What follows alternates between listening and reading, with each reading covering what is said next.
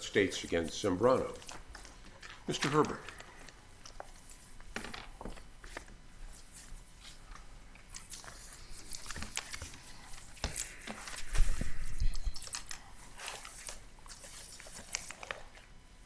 Good morning. Good morning. May it please the court. My name is Dan Herbert, and I'm here on behalf of my client, Fernando Zambrano. And what brings us here today, Your Honors, is an appeal of a conviction which occurred in August 2022 against my client, Mr. Zambrano, for one count of providing false statements to the federal government. The counts, or the one count, were false statements, and the evidence clearly showed they were vague answers to vague questions. But nonetheless, that was a conviction of my client, who was a decorated police officer with absolutely no criminal background, a father, and he has already served his time here. We're going to ask, because of the significant errors that occurred at trial, before trial, and newly discovered evidence after trial, that the conviction be vacated. And I also will ask that I be allowed some time for rebuttal in this case. The issues, Your Honors, which bring us here are the errors at trial, which was a prosecutorial misconduct, suppressing favorable evidence to the defendant regarding... I don't recall seeing prosecutorial misconduct being a theory in your brief. I thought you were making just a new trial, new impeaching evidence argument. Yes, Your Honor, but it was based upon the prosecution's suppression of the favorable evidence regarding the key witness in this case, Agent Chesla. Did I miss the arguments about prosecutorial misconduct? They're in there, Your Honor. Well, I apologize. That's okay. So it's the prosecutorial misconduct regarding the... You're saying there was deliberate prosecutorial misconduct? Yes, Your Honor. Okay. And that's based upon the fact that we discovered evidence after the trial about the misconduct of Agent Chesla in a similar case in which he was found to have committed a perjury and obstructed justice. This information was known to the government at all times during the case involving Zambrano. Now, I will acknowledge that... When did Judge Cannelli make his findings? He made it after the verdict in our case. So in what sense is this prosecutorial misconduct? Because the government was aware of the misconduct that Chesla committed, and it wasn't... They didn't need the judge to tell them that there was misconduct in this case. The misconduct was committed by Chesla against various government agencies. He was providing benefits and withholding evidence from the Immigration Department, the ICE Department regarding witnesses. And the prosecutors in this case knew about it? Judge, my position is that they had to have known about this. I don't have any direct... These are serious accusations, and it sounds like you have no evidence to back them up other than speculation about timing. Well, Your Honor, with respect, there was no way that the government could not have known about the misconduct of Chesla because it was a situation where it was heavily litigated in the same courtroom. The same courthouse, and they were very serious accusations. And in the case with Mr. Zambrano, there's no question that Chesla was the star witness in this case. So, you know, in the evidence, it proves how much of an integral witness Mr. Chesla was. He was called 3 different times in this case by the government. So, no, I do not have direct evidence that the prosecutors in this case had direct knowledge of it. But I am saying that it's reasonable to infer that they should have had knowledge about this. Does the record reveal how many cases witness Chesla was on besides Zambrano and Decoleta? No, Your Honor, I don't believe that there was ever any evidence presented about the number of cases that he had. Were you present at the Decoleta 7-day evidentiary hearing before Judge Canelli? I was not, Your Honor. Do we have any understanding of how much time Mr. Chesla spent on the stand at that 7-day evidentiary hearing?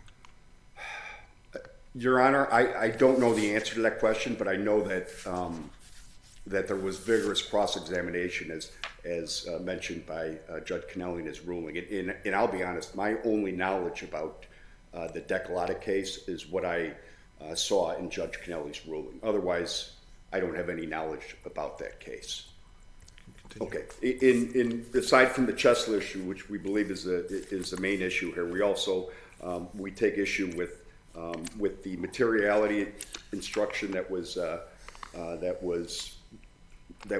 given by the court in this case at the close of evidence, and I'll explain why I believe that was prejudicial. It shouldn't have happened. And then the final issue is the court's response to various jury notes. It's, as Your Honors know, it's integral, bedrock of our foundation that a defendant receive a fair and impartial trial. And in this case, the consequences are not just an injustice to Fernando Zambrano, but it can be an injustice to all Americans. Mr. Herbert, is there any, I understand, I think, at least your attack on Chesla, regardless of what prosecutors may or may not have known when about it. But as I understand it, the critical evidence here was all on tape. Is there any dispute as to whether Mr. Zambrano called, I guess it's Mr. Recchio, 3 times on 3 days about his contacts from the FBI? There is no dispute about that. Is there any dispute that Mr. Zambrano wanted to know what the FBI was asking Recchio? There is no dispute about that. And is there any dispute that Recchio was told by the defendant he did not have to talk to the FBI? There is no dispute about that. Nor is there any dispute that the defendant lied about his contacts with Recchio when he was interviewed by both Chesla and Weller, correct? I would agree that he gave false statements, but obviously Given all of that, why is it, I guess I'm having trouble understanding how critical Chesla's credibility was in this, since Weller also could have testified in his stead and also testified. Your Honor, the tapes alone in this case obviously were powerful evidence to show that Mr. Zambrano gave a false statement. There's no question about that. However, what was required to be proven was not just a false statement, but that the false statements were given willingly and they were material to the investigation. And the biggest point that we have pointed out and shown is that Mr. Zambrano's false statements were not material to the investigation that was in the indictment. That's on the theory that the agents didn't believe him? No, it's under the theory that that there was no $50,000 investigation at the time in which Mr. Zambrano was interrogated, which was the date of his false statements.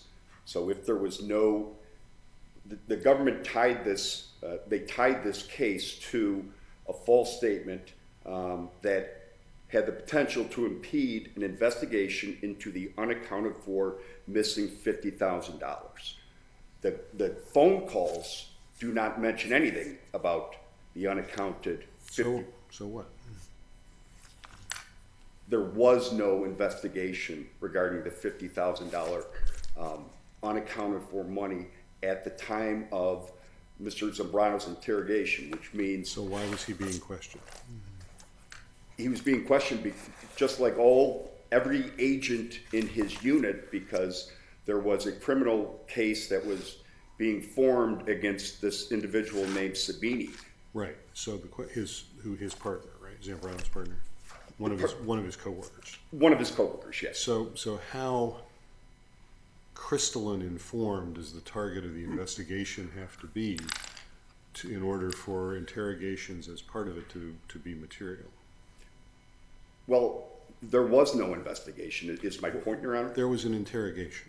There was an interrogation. There was an inquiry, right, into members of this task force? It was into various deals, consignment deals and drug deals, yes, pertaining to Okay, I some guess I'm cases having that were- trouble understanding the theory behind your materiality argument. I'll try and make it more clear. The government was required to prove that the statements were material to the investigation concerning the unaccounted for missing $50,000. That's how the indictment was drafted. It was not material to an investigation into Sabini. It was not material to an investigation into any other matters. It was material to the investigation into the missing $50,000. And Chesla is the only person that could provide the link to that investigation being active as of the date of the interrogation. And that's exactly how the jury instruction read, was that if you find that the statements were false and there was an investigation as of that date, you can find him guilty. And important in this case, I think, Your Honors, is that it's likely that this case would not have even gone to a jury had defendant been allowed to, or had defendant known about the misconduct of Chesla. In this case, as Your Honors know, there was significant pretrial motions done in this case. Rather unique. There was 2 motions to dismiss. I think it's unique anyways, filed prior to trial. Both of those were based on the misconduct of Chesla. This was all done prior to knowing about the significant impeachment of perjury and obstruction of justice. Chesla was the link to this missing $50,000 investigation. Nobody else, despite what the government says, but Chesla essentially created this $50,000 issue. He was the one that pulled the ROI, the investigative form. He provided the link for the email from Agent Heyer that cast some suspicion based upon some innocuous statements. Chesla was the one that testified to the jury that he spoke to Rescue about the $50,000. That's important because, again, the government had to prove that the interrogation of Zambrano, there was an active investigation. Rescue didn't testify. Chesla said, "Oh no, I talked to Rescue about the $50,000." There was no Mr. mention of Herbert, it. if you wish to reserve any time for rebuttal, now would be a good time. Thank you, Your Honor.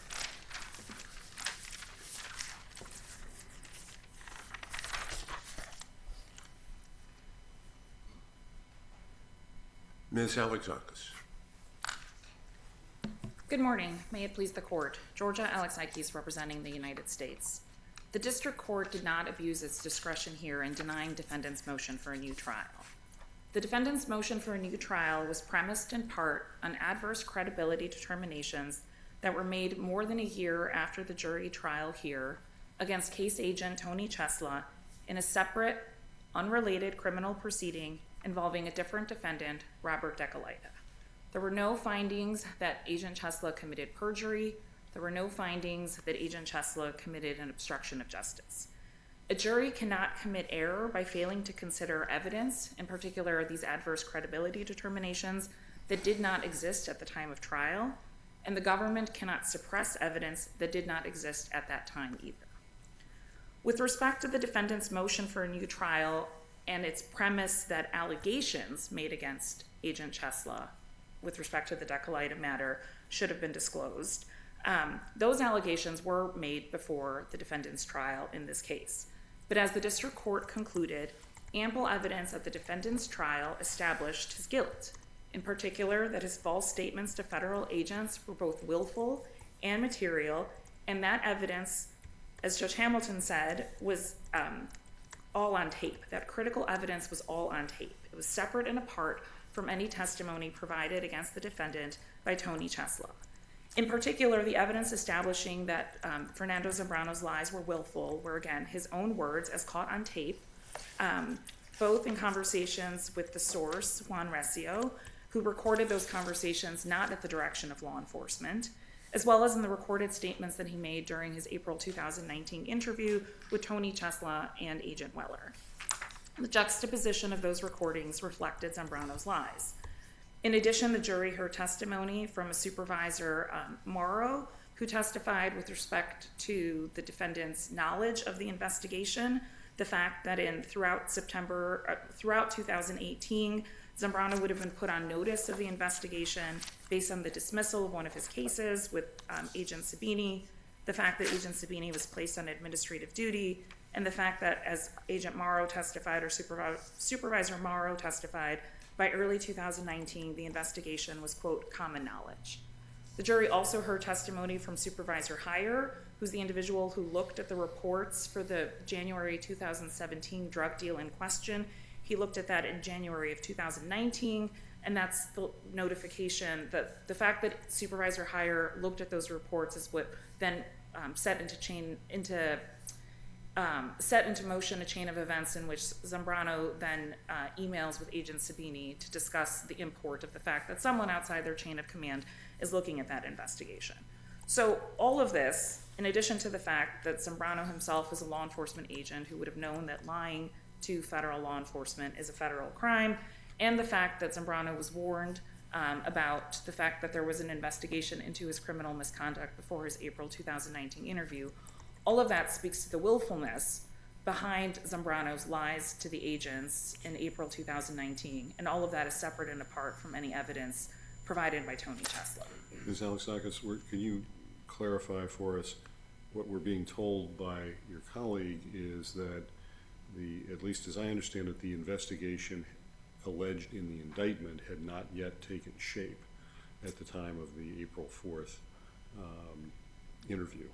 And I disagree with that representation, Judge Hamilton. I think the indictment alleges that there was an investigation into criminal violations by Fernando Zambrano and Agent Sabini, anonymized in the indictment. And then it specifically states, the indictment goes on to specifically state that the investigation encompassed an investigation into the unaccounted for $50,000.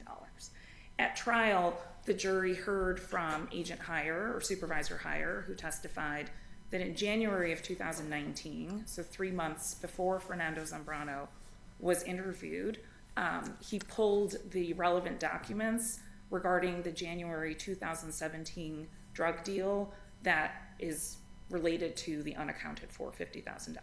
So that's one piece of evidence untethered to Agent Chesla that establishes that the $50,000 was within the scope of the investigation before Mr. Zambrano was interviewed. Another piece of evidence going to that point is the fact that Agent Weller testified that in March 2019, so 1 month before Mr. Zambrano was interviewed by agents, Agents Chesla and Weller showed Juan Recio the $50,000 transaction receipt. So the receipt that purported to show that Recio received $50,000 from Agent Sabini and Officer Zambrano for the January 2017 heroin deal. Now, I will say that Agent Weller's testimony was hamstrung by the lack of fluency that he had in the Spanish language, so he could not then testify without violating hearsay rules as to what Recio said in response to being shown the transaction receipt. Yet Weller was able to testify that the transaction receipt was shown to Recio, therefore further establishing that that $50,000 transaction was within the scope of the investigation before Mr. Zambrano was interviewed. Inquiring minds want to know, have you all found the missing $50,000? There's nothing in the record to reflect whether the $50,000 has been accounted for. One of the arguments that you all make in your brief is, in essence, that impeaching evidence cannot support a new trial. And I wonder if that is not too broad and too categorical. I think as it- we've suggested in a case called Taglia, 922 F second at 416. And it's also hard to reconcile that kind of categorical rule, at least for me, with the broader Brady-Giglio line of cases. Yeah, and I think stated that way, it does strike me as too categorical as well. I think that there is language in the case law that talks about how impeaching evidence can be material in cases where a particular witness's testimony. Language in the case law, that's the holding of United States against Aggers. Yes, Judge. Yes, so I guess the way I would put the rule is usually impeaching evidence cannot be the basis for a new trial unless you have a situation in which a particular witness's testimony was exceptionally material to the verdict. So that is less a categorical rule than an empirical generalization, subject to many exceptions. Subject to at least one exception that the district court recognized here, recognized it in when denying the defendant's motion for a new trial. And I think accurately goes through the analysis to explain why Chesla's testimony here is in fact not the linchpin for Zambrano's conviction, and thereby distinguishing this case from other cases that the government cites and discusses in its response brief in which a witness's testimony was in fact quite pivotal to securing the conviction. And so here, because there was evidence separate and apart from Agent Chesla with respect to materiality and willfulness, the confidence that we can have in the jury's verdict is not undermined by evidence of unsubstantiated allegations of non-disclosure of benefits that have been made against Agent Chesla prior to Decolaitis' trial. At best, those allegations would have been merely impeaching. In this case, they do not bear directly on the charge against Zambrano, and they would have had limited relevance and utility for the defendant as well. We're talking about allegations that are quite disconnected from Mr. Zambrano's case. There's no testimony in Mr. Zambrano's case from Rescio or any other cooperator, unlike the case that we had involving Robert Decolaita. There's no allegation in this case that there were undisclosed benefits to testifying government witnesses. Indeed, as the defendant notes in his reply brief, he knew that Mr. Rescio had been provided benefits in the form of legal status to remain in the United States, that had been disclosed to him. In fact, he had been part of the process because he had been working with Mr. Rescio. The defendant had been part of the process of securing those benefits for Mr. Rescio. And of course, defendant had ample opportunity to cross Agent Chesla throughout the trial, including on the fact that he had provided a piece of erroneous testimony to the grand jury. And so in light of this other evidence, in light of the merely impeaching nature of the allegations that had been made against Agent Chesla, and in light of the limited utility or relevance of those allegations to the matter involving Zambrano, the district court did not abuse its discretion in denying the motion for a new trial. And similarly, the district court did not err when it denied the motions to dismiss that the defendant filed earlier in the proceedings. I believe defense counsel said that both motions to dismiss were based on, quote, Chesla's misconduct. I don't think, again, that that's an accurate representation. The first motion to dismiss alleged that the indictment was legally defective and that it did not purport to set out all of the elements of an 1001 offense. The district court dispensed with that argument properly, and that argument had nothing to do with Agent Chesla. The first motion to dismiss also discussed whether the government had alleged sufficient facts to support a conviction against Chesla, a conviction against Zambrano. The district court dispatched with that argument properly by noting that these were factual arguments for a jury, not proper for a motion to dismiss. The first motion to dismiss also argued that Zambrano's statements during that April 2019 interview should have been suppressed as coerced.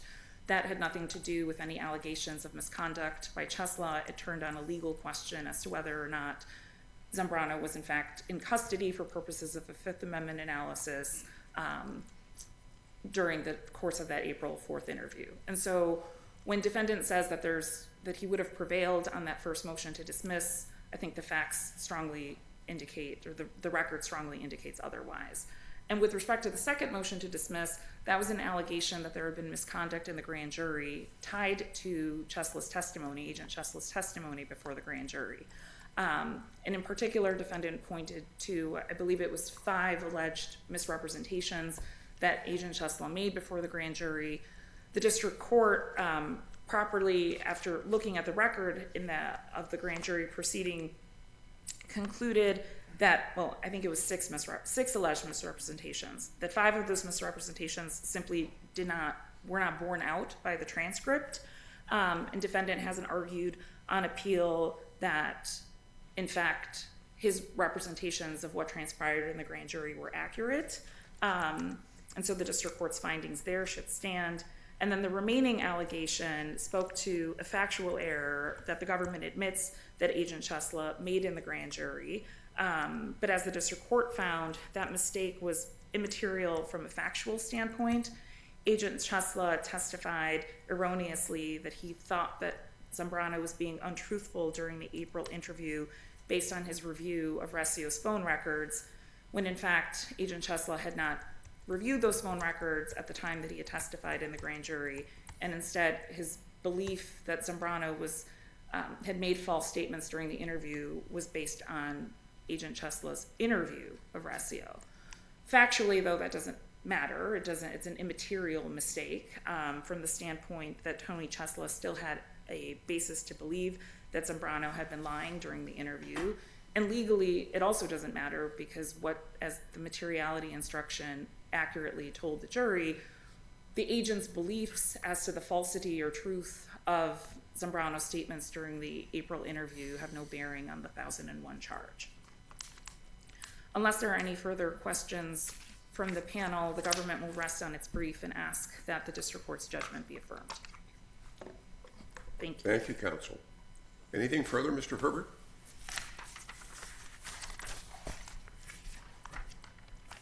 Thank you. One point that Judge Hamilton raised about Mr. Zambrano telling Mr. Resio that he didn't have to speak with the government, I think it's important to note there that that does sound suspicious on its face, but there was ample testimony at the trial that Agent Zambrano is responsible for his confidential informant, and it's not as unusual as it sounds at first blush. With respect to the 2 motions to dismiss, with all due respect, counsel, that the first motion to dismiss was based significantly on Chesla, as well as the other points about the insufficiency of the indictment. It was based upon his violation of numerous Department of Homeland Security policies, which were... What does that have to do with the validity of an indictment, given the legal standard of Bank of Nova Scotia? That doesn't have to... It doesn't have anything to do with the validity of an indictment. You're right, Your Honor, but it was raised in more of a Brady-Giglio issue. Which has nothing to do with the validity of an indictment. And I agree 100%, Your Honor. Finally, we've talked a lot about Chesla. There's also 2 other instances which we believe warrant vacating the conviction in this case. The first one with respect to the jury instruction. With respect to materiality, that was obviously a big part of our case, was that the evidence did not speak to materiality. At the close of evidence, the government's entire theory leading up to the case or through the case was that Zambrano knew he was guilty, and that's why he gave these evasive false answers. Based upon, and this is in the record, there was significant impeachment of other witnesses that called into question whether or not those false statements were material to that $50,000. Thank you, counsel. I'm sorry? Thank you, counsel. Thank you. The case is taken under advisement. We'll hear argument now in the case of United States against Hancock.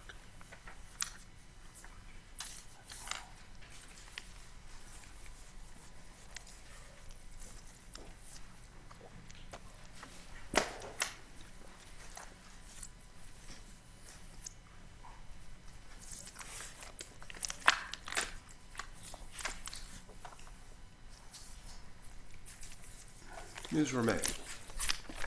Good morning, Your Honors. May it please the Court. My name is Colleen Rame, and I am here on behalf of Patrick Hancock today. Passive resemblance alone does not a representation make. That is what we are asking this court to find. This case poses a simple question, despite the briefing. It comes down to whether or not dressing as a police officer with a subjective hope to deceive violates Indiana law. As I believe the government agrees, the question turns on the meaning of represents in the Indiana false impersonation statute. What we have here are facts found by the district court that essentially amount to someone dressing, albeit convincingly, as a police officer and shopping. We have no facts that were found that he had any interaction with any other human being or otherwise asserted himself as an officer. The district court said, when Mr. Hancock objected to the finding that he had violated Indiana law, he said, you have to do more than just wear a badge. The court said, yeah, you did more than just wear a badge, but didn't explain what he did. He actually, the actus reus of this crime. The bottom line is here that like I said, Given how we expect civilians to respond to police officers and their presence, sure. Particularly in an age when civilians often have the right to carry firearms, why isn't it sufficient that the act in this case was putting on the uniform, or rather the badge, and the equipment, quite distinctive, recognizable as law enforcement? Because, Your Honor, that isn't. It's a mean, nonverbal simply- representation to the people, everybody he's going to be around. Sure. And well, I wouldn't agree that it's a representation. It is a nonverbal, it communicates something. I agree with that. There is a communication. However, you need to have something more. So in this case, if this is enough, and then it's a mere lie, right? It is a mere falsehood. There is nothing more that is being done. So Mr. Hancock did nothing that would have affected anyone else's behavior around him, and simultaneously upon confrontation, he identified himself using his real name and told the police officers he was not a cop. So he never tried to exert any type of authority or do anything that an average citizen wouldn't be able to do as a police officer. In order to make this, to read this statute in a constitutional manner, you have to read represent as requiring some sort of interaction or engagement with another human being. And the jury instructions that Mr. Clark filed recently only support that reading. The jury instructions say that the defendant has to falsely represent himself to a specific person. That necessarily requires some affirmative act. It's not just he's susceptible of being mistaken for a police officer. When I was thinking about this case in preparation, it made me wonder, what if Mr. Hancock had never left his house? What if he was dressed identically to how he was found in Costco, but instead he hadn't left the house yet? And officers were looking for something, and they knocked on his door, and he opens the door and is standing there in full outfit, and he says, "Oh, I'm Patrick Hancock, I'm not a cop." Has he violated the Indiana statute when he hasn't left the house? Let's assume the answer is no. Right. But he has left the house. Okay. He apparently has visited several Costco stores that day, and he is at least at the one in Avon, where it would be reasonable to expect everybody around him who notices him to think that he's a cop. Mm-hmm. And to behave accordingly. You remember the old David Crosby song, "Almost Cut My Hair"? No. Well, you may be a little young for it, but it goes back to the 70s, but it increases my paranoia like looking in my mirror and seeing a police car. So Sure. all of us have that kind of reaction, right? Sure. And, you know, the question is, I guess there has to be a line drawn, and so is going out into public that line? I would argue that's not a rational place to draw the line, because I still believe that is a mere lie. So, Perhaps the distinction it's the character and attributes of the individual that are being presented. And what might draw a distinction here, which might not be to your client's advantage, is the gun and the badge versus a utility belt, a professional type uniform. Because individuals go to Costco all the time and see security that wouldn't have the gun and the badge, but he did have the gun and the badge. Isn't that a problem for him? that just, in my opinion, that just goes to the authenticity of his costume, to the believability of it, which I believe the district court correctly inferred intent to deceive. You know, if he was wearing a sticker that said sheriff on it, and that was it, we might not be able to infer that he really intended for people to believe that he was a sheriff. So the fact that it was a believable costume versus a non-authentic costume indicates an intent. It doesn't add to the actus reus here. And so, it doesn't change what he did. And what he did was just exist in this costume, and walk around. So, then the question would be, well, what if he was in a park dressed as a cop? What if he was in his backyard? Is that public enough? I mean, you get to these bizarre questions of where the line is. And So where do you think it should be? the line I think it should be is that you need to engage in some sort of interaction with someone.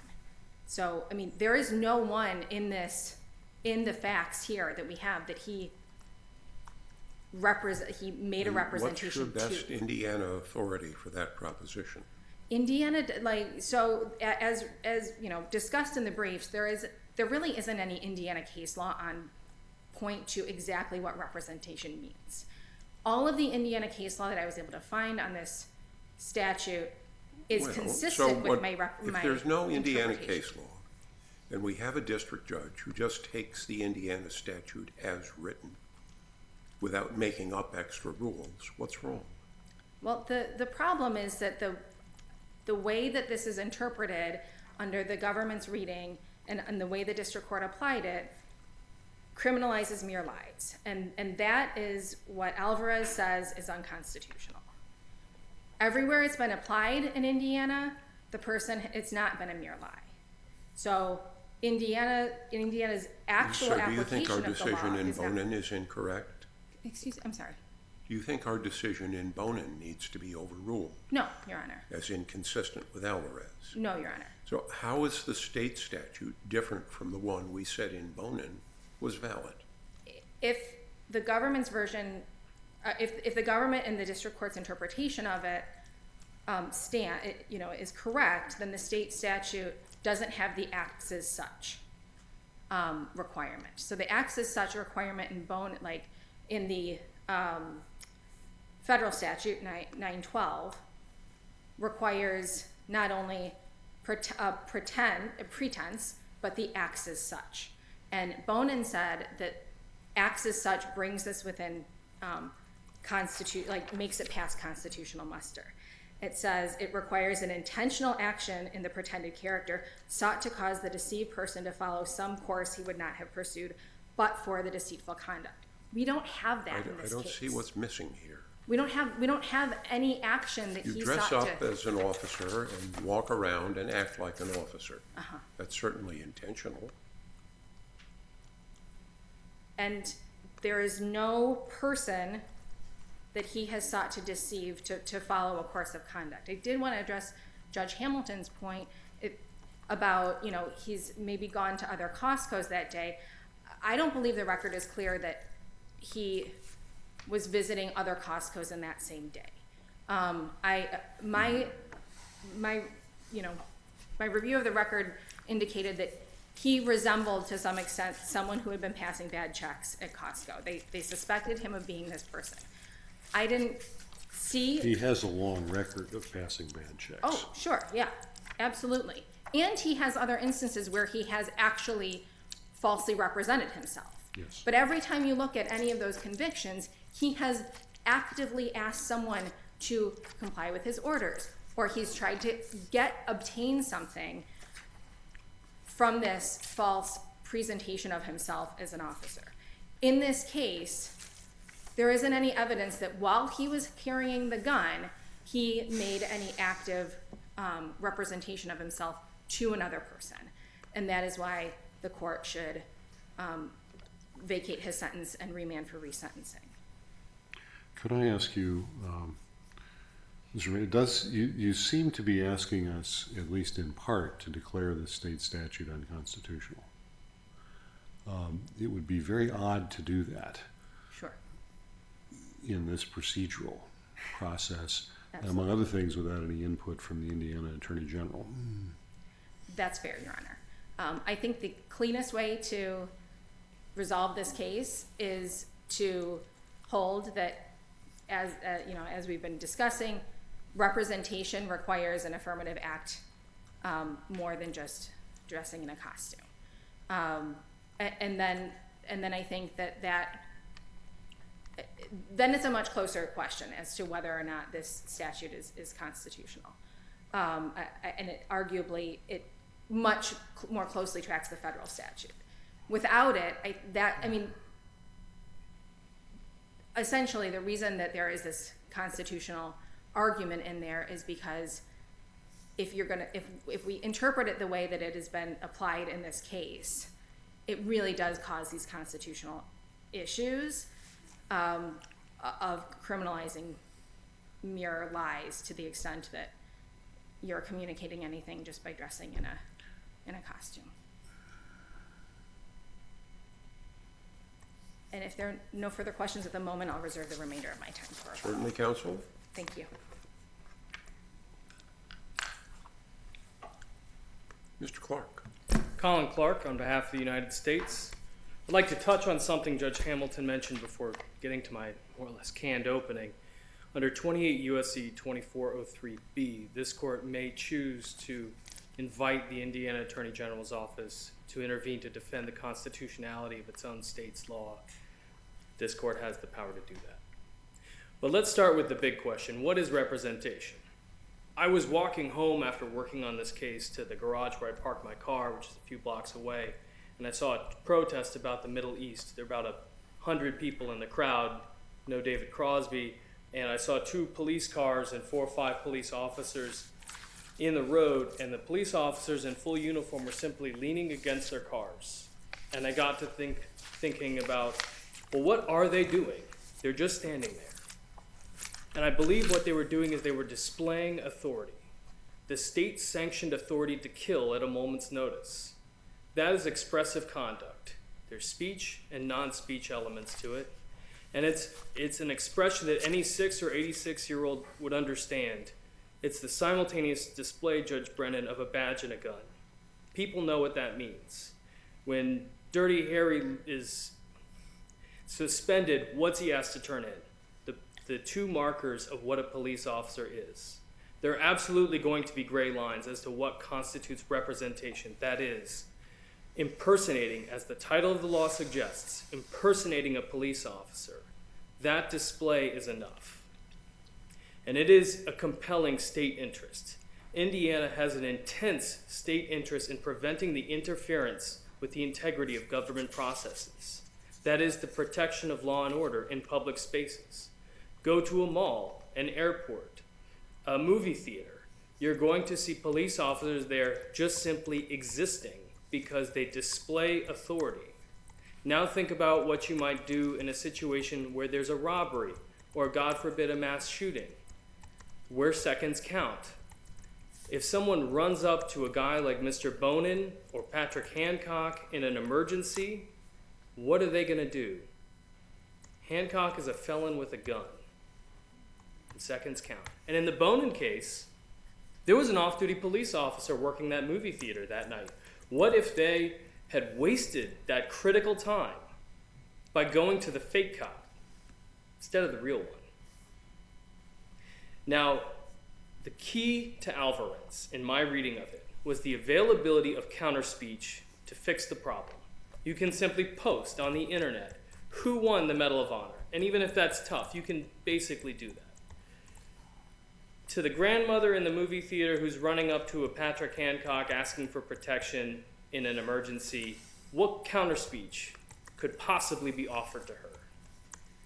And even if we could post an internet site containing the stats of all of the local police officers, is that even a good idea considering the security concerns that would create?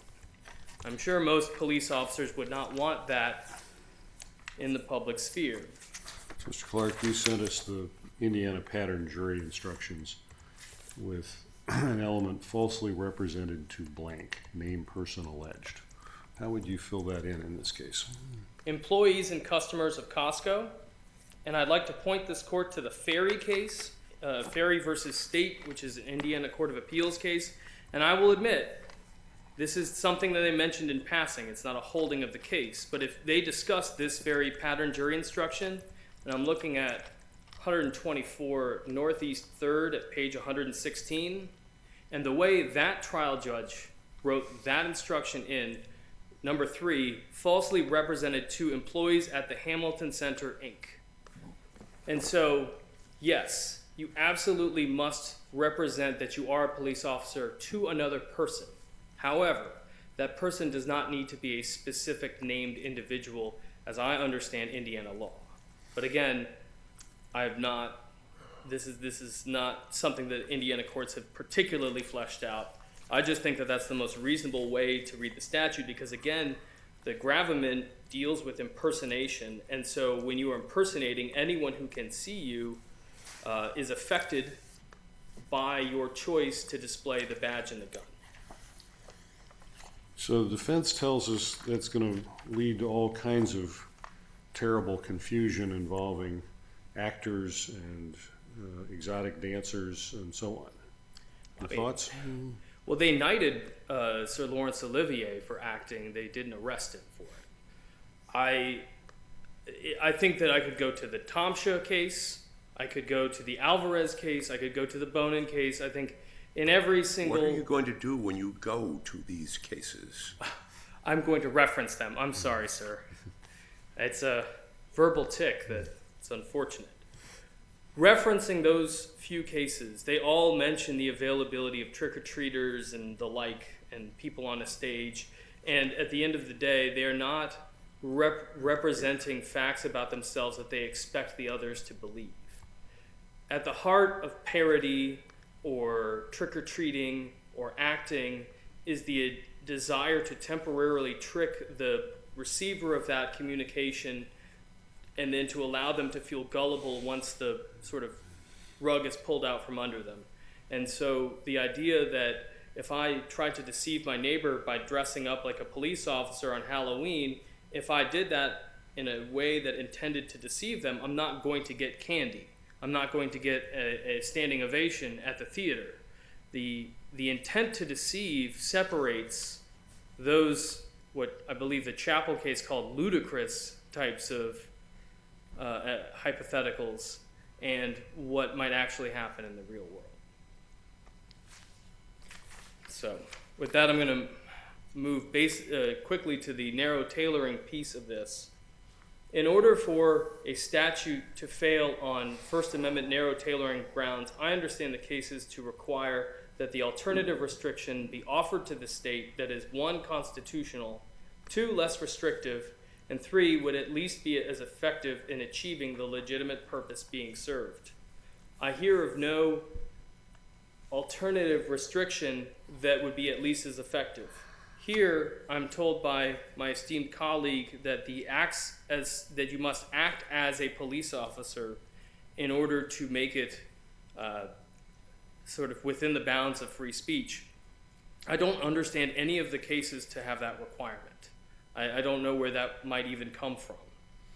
In fact, when we talk about Alvarez, and I'm quoting briefly from the plurality opinion, and it's talking about the federal impersonation statute, it says even if that statute may not require proving an actual financial or property loss resulting from the deception, the statute itself is confined to maintaining the general good repute and dignity of government service itself. And so what we're talking about here is the interference with the office of government. And think about this in the context of, say, a 1001 prosecution where there is no fraud. There's but a false statement, but that false statement interferes with the government process. That is constitutional under the First Amendment. There's no act required under 18 U.S.C. 1001. It's but a word. And also, again, because this is expressive conduct, I don't even think we reach the strict scrutiny that this court decided that it didn't reach the question, but it said it would be constitutional under either. If the court needs to reach the question, we firmly believe that it is expressive conduct under cases like O'Brien, not the higher form. To move briefly to the Beckles issue, which I think is the knottiest piece of this case, I mentioned the prudential concern of the wrong sovereign defending the statute. I also mentioned that we waived, as the United States, our plain error argument on the First Amendment issue. This is a broad guideline that captures every American felony, and it doesn't require a conviction. It requires only that the offense, the weapons offense under 2K2, to be done in connection with some other American felony. And that's a pretty broad guideline. And in the sentencing context, what is available to the defendant in terms of process is different in nearly every way to what a traditional conviction might allow that person to attack. There is, generally speaking, no availability of a motion to suppress. There's no apprendi requirement. There's no indictment, no grand jury, no speedy trial, and no confrontation. And traditionally, you cannot collaterally attack the convictions in your criminal history. So to assume that this must be an availability, an avenue that Mr. Hancock may raise, it does not seem like the logical conclusion based on this court's other cases, albeit none of them, strictly speaking, on point. And if Mr. Hancock, after he gets out of prison and is done with his supervision, wants to file a 1983 action and attaches PSR and an affidavit saying, I want to do it again, he'll certainly have standing under the 1983 context to attack given the Indiana's history. I'm not so of sure of that, but Well, you might have handled more 1983 cases than me, so I'll back off on certainly and just suggest that it's a possibility. But let's get to another issue with the I take it, Mr. Clark, that Chief Judge Pratt did not say on the record in this case that her resolution of this particular guideline issue was not decisive. I put a lot of negatives in that question, but Yeah, I'm sorry, could you please rephrase? She did not indicate that the sentence did not depend on this guideline issue. Correct. There's no harmlessness issue in that I would have imposed, I think it's 48 months, regardless of this. There's nothing like that in the transcript. And I also 48 months had been the sentence the last time he'd impersonated a police officer? I thought it was 41. Okay. I think it was 48 this time. Okay. I could be wrong on that. I also want to point out that Beckles is tricky because an offender can be punished for engaging in protected speech. During allocution, if the offender says, I'll do it again, under 3553A, that's going to go to future dangerousness, and you can increase a person's sentence for engaging in protected speech. And so in terms of line drawing, I feel like Beckles is the safer route to say that, generally speaking, you can't reach through this broad guideline to attack the validity of state statutes under the First Amendment.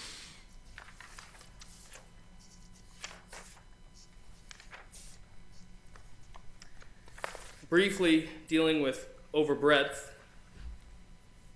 the hypotheticals we've talked about them briefly not being realistic or substantial, I'd like to simply point out that I don't think we've had a hypothetical yet where someone is engaging in protected speech.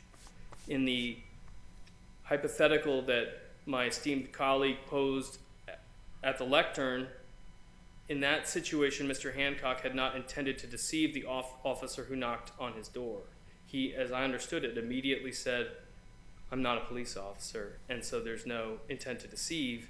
And to overturn the finding in this case that Mr. Hancock had an intent to deceive would require clear error, as that's a factual finding, and I don't see any basis to say that Judge Pratt had engaged in any clear error in finding by a preponderance that he had an intent to deceive.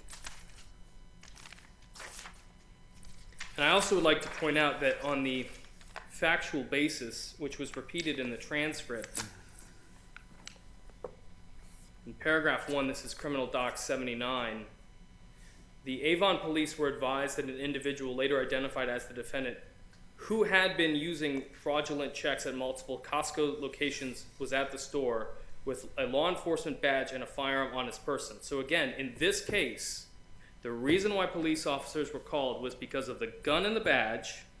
He had been using fraudulent checks, although we don't know the timing in terms of whether it was all that day or not, but I can't see how that matters in the slightest. And I would like to point out one more thing. In the jury instruction and in the statute, there is a basis for a level, I believe, a class 6 felony, a high-level felony for people who represent law enforcement and Department of Revenue employees. In the Department of Revenue section of the statute, it requires the Department of Revenue statute employee to be engaged in collecting property. So, the Indiana legislature knows how to write a statute that requires an affirmative act, collects property from any person. They chose not to do this under this subsection. So unless there are any questions from the panel, I thank you for your time. Thank you, counsel. Ms. Ramey, anything further?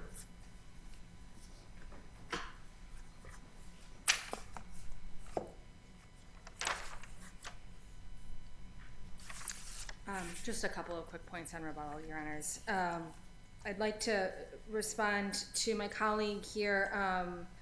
When it certainly causing confusion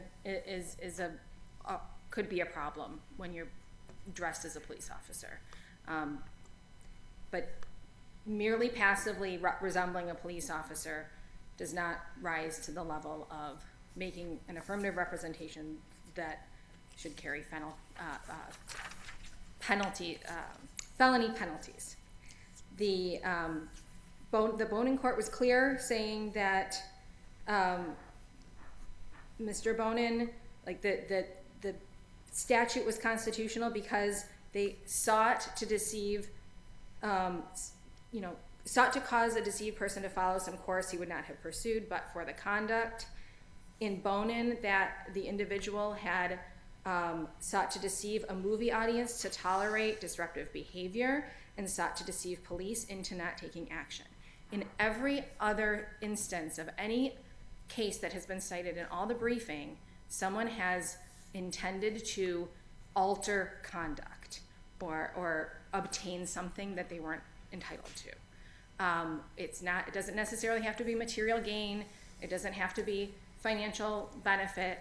But they are trying to get something that they're not entitled to. I guess There's no evidence in the problem that you've posed for us, in essence, seems to me the nearly inevitable response of others in public to the gun, the badge, the uniform. Being, I guess, what, Your Honor? I mean, if I see As a sufficient representation with sufficiently dangerous consequences or potential consequences that it would merit criminal treatment. Your Honor, I suppose, I mean, anyone carrying around a gun in public has presents That's a different danger. issue. That's a different Yeah, issue. so Because if you're doing that and you're carrying a badge, you're communicating a whole lot else Right. about your training, your responsibilities, the assistance you may be able to provide to a civilian in need, and so on. Sure, and if someone approaches you and asks for that assistance and you immediately say, oh no, I'm not a cop. Which is effectively what he did.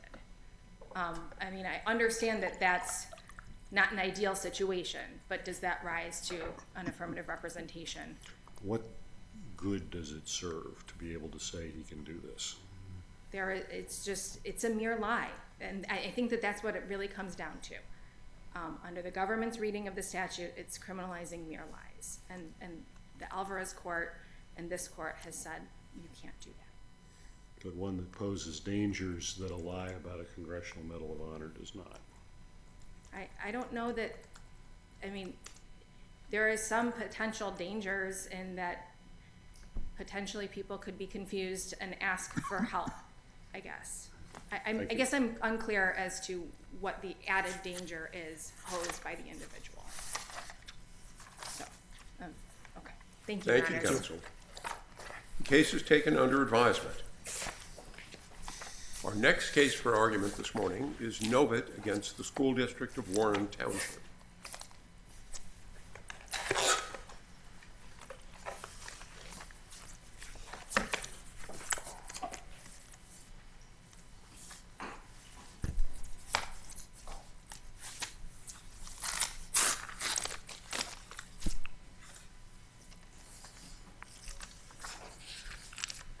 Mr. Land. Good morning, Your Honors, and may it please the Court. My name is Matthew Land, and I represent the Novits, both the minor child E.N. and his parents, in this case against the school district, as just mentioned. This appeal was brought by us, the Novits, for a pretty discrete issue. It was to challenge the ruling under Fry, whether or not there needed to be exhaustion under the IDEA to be able to bring other claims under the ADA or Section 503. Mr. Land, going to that point, 504, I'm sorry. on counts 2 and 4, is the concession on page 10 of your brief footnote 1 that consistent with Perez, the district court handled those correctly by resolving them against your clients? That consistent with Perez, that any sort of non-compensatory damages should be conceded. Is that what you're referring to? Well, I'm asking whether or not you believe counts 2 and 4 survive after the summary judgment ruling by the district court. We believe that the counts for the Section 504 violations, the ADA violations, as well as the 1983 derivative actions do survive. I'm tracking you by the counts in the amended complaint, which albeit was filed in Marion County Superior Court. But as I read footnote 1 on page 10 of your principal brief, you concede that consistent with Perez, direct IDEA claims should be dismissed for a failure to exhaust. Is that correct? Yes, Your Honor, that is correct. That is correct.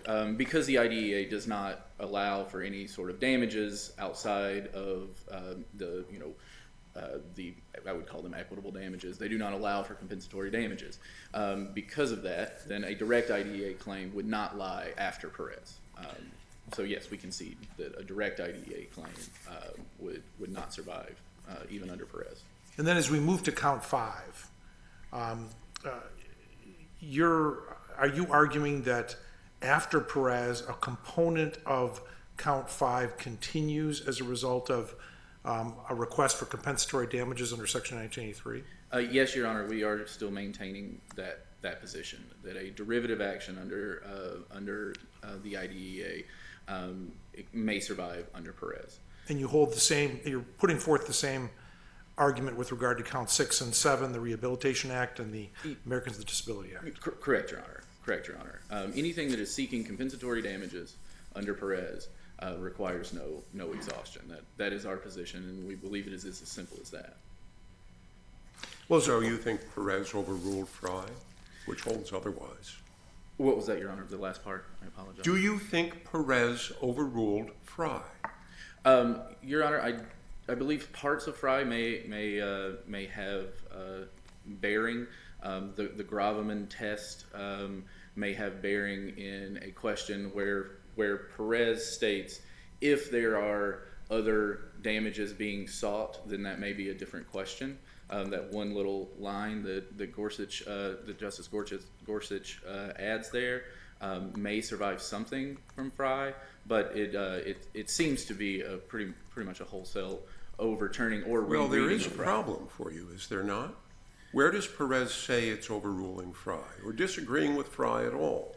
Well, it doesn't necessarily need to disagree with Fry Right. other Look, than let me tell you what my problem is. Sure, Your Honor. The Supreme Court says over and over that we must follow, we, judges of an inferior court, Yes, sir. must follow its decisions, even if we think more recent decisions are incompatible with or hard to reconcile with the earlier decision.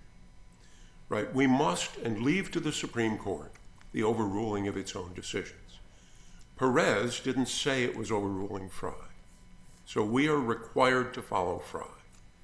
Can we rule in your favor while still following Fry? Yes, Your Honor. There is so as Justice Gorsuch goes through in his No, analysis in Perez. no. I want you to talk about Fry, not about Perez, because you agree Perez didn't say it was overruling Fry. Now, I'm asking, is your position consistent with Fry? I believe that Perez and Fry can be read I'm consistently asking together. you a concrete question and would really appreciate it if you answered the question I asked rather than the question you wish I had asked. I apologize, Your Honor. I thought I was attempting to do that. Yes, we can win under Fry. It just has to be the understanding of Fry. There was a circuit split in Fry with how you apply the Gravamen test. The answer in Well, some... let me ask this question in a different way. Okay. Would you have a federal claim if the IDEA had never been enacted? There are claims under the ADA for the denial of a FAPE, but if the IDEA... I wish you'd use real words. FAPE is not a word in the English language. You're correct. And it is also an acronym associated with the IDEA. So the question I'm asking you is, would you have a federal claim under any other statute if the IDEA had never been enacted? It's not a question that I have contemplated up to now, Your Honor. Well, that's what you need to engage. The central feature of Perez is the IDEA claim had been settled and dropped out. It was gone. I'm asking you to consider what happens in this case if the IDEA is gone. Do you have a claim? I don't see how this case would be any different than the Perez case in which the IDEA claim was gone as well, under your Well, reading. what federal statute requires bus monitors or requires bus monitors to be trained in the administration of particular drugs? The IDEA. That requirement came from the IDEA. It came from the individual plan under the IDEA. Is there any other federal statute that creates the requirement that you're relying on? Not that I am aware of, Your Honor. Right. So your claim is 100% dependent on the IDEA. Doesn't that create a problem for you? I'm not sure how it distinguishes us from Perez, Your Honor. There was no IDEA claim in Perez. It had been settled. It was gone. If you had made and settled an IDEA claim, would you have anything left under any other federal statute? I think you just answered no, you would not.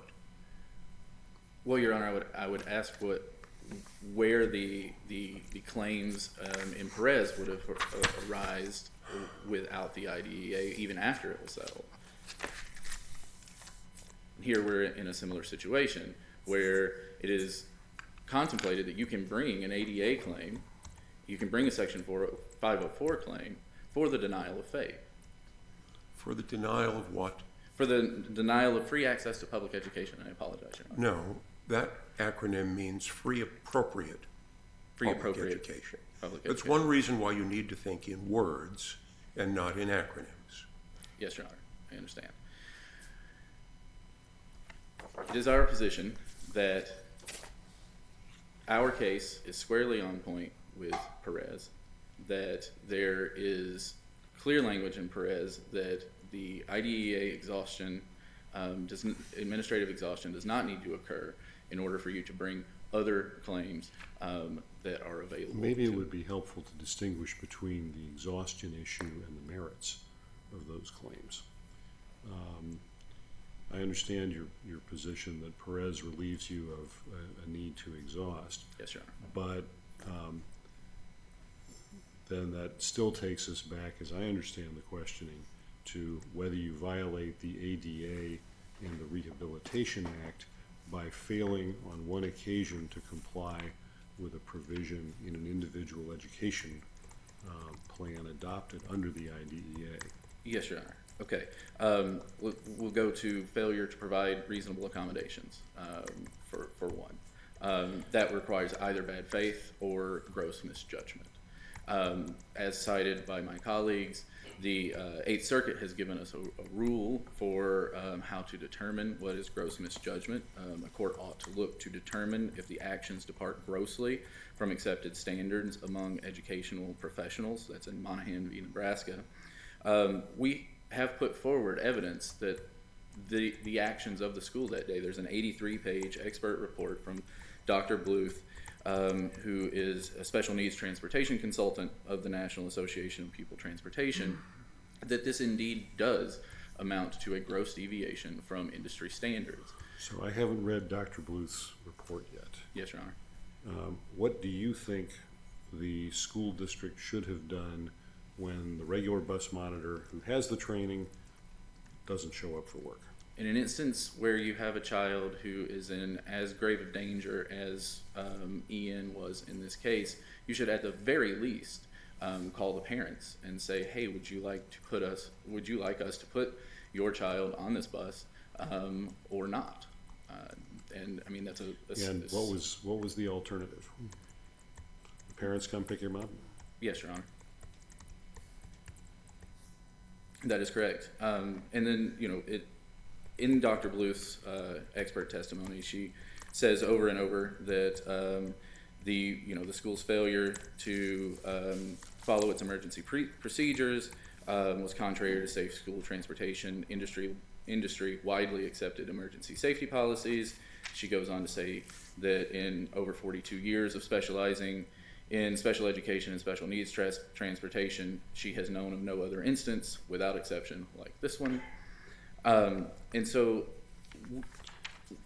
we have reached the... Do I understand correctly, you are not alleging intentional discrimination or intentional wrongdoing here? There was no intentional act to hurt Ian. That is not. That is absolutely. You're correct. relying on deliberate indifference or this other, misjudgment with the pejorative term gross added to it. Yes, Your Honor, as the case law Okay. establishes. Can I ask you also, there's some debate about, at least in my mind, about the status of counts 2 and 4, which is, I understand, to be asserting under state law that you have a negligence per se claim based on the federal statutory violations, correct? Yes, Your Honor, that is correct. Okay, so those are state law claims, That the negligence per se is a state law claim. Yes, Your Honor. only supplemental jurisdiction in federal court on those. That is correct. Okay. And the defense has invited you to explain to us how there could be a 1983 claim in this case on a couple of grounds. One is, where's there a policy that would satisfy Monell? Yes, Your Honor. The school district has a policy, and we have deposition testimony from the Director of Transportation, Ms. Storm, that says that it is the school's policy to replace bus monitors without regard to their training or ability to assist in special needs transportation. That is a policy, and that policy, while followed, given our expert testimony on transportation, shows that deviates grossly from what the industry standards are. We have another issue, and that is the status of our precedent in Marie O. against Edgar on the availability of Section 1983 to enforce IDEA. Yes, sir. Can you point us to any other circuits that still agree with us on that point? I cannot point you to any other circuits that still agree with you on the IDEA portion, Your Honor. But as an initial point, I would like to mention that our ADA derivative action, the 1983 ADA action, was never raised at this. No objection was raised to it at the summary judgment or brought on appeal. So that argument would be. Wait a minute. What? Sorry. When you keep calling it a derivative 1983 action, I don't understand what that is. I understand stockholder derivative actions, sort of. Okay. Apologies. The ADA 1983 action, that ADA 1983. Yes, okay, yes, I understand that. When we But claim, what about the Individuals with Disabilities Education Act claim? The only thing point that we have on that, Your Honor, is that while that was not the initial point of this appeal and was not ruled on by the district court, this court does not have the advantage of having a district court ruling and a full briefing on that subject, and it may be better left for another case. A district court is going to have, along the lines that Judge Easterbrook was discussing earlier, is going to have to follow Marie O. But it seems if we're the lonely outlier on this issue at this point in the federal courts, that's something that we may need to clean up, and that's an issue of law. If you have a brief response on the merits of that, I'd entertain it with my colleagues' indulgence. I see that we're already out of time. As long as we're asking questions, you can keep giving answers. Yes, Your Honor.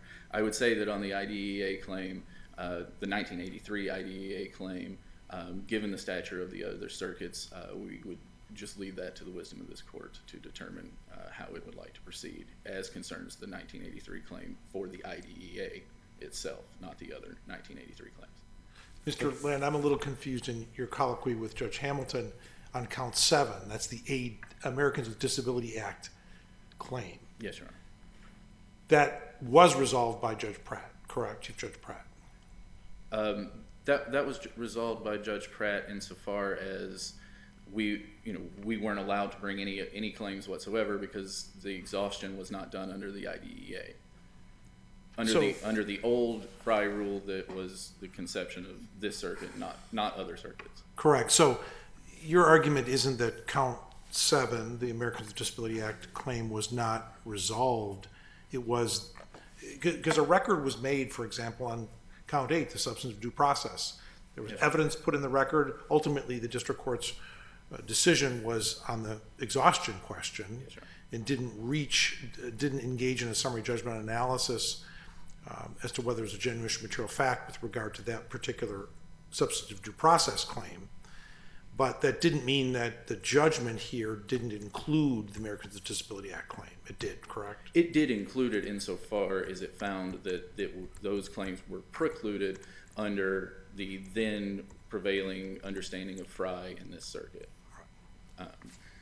But as I was attempting to say, Perez adopted the other circuit's understanding of Frye in that it is only about what damages you are seeking, and that's the end of the analysis. If there are no further questions. Thank you, Mr. Land.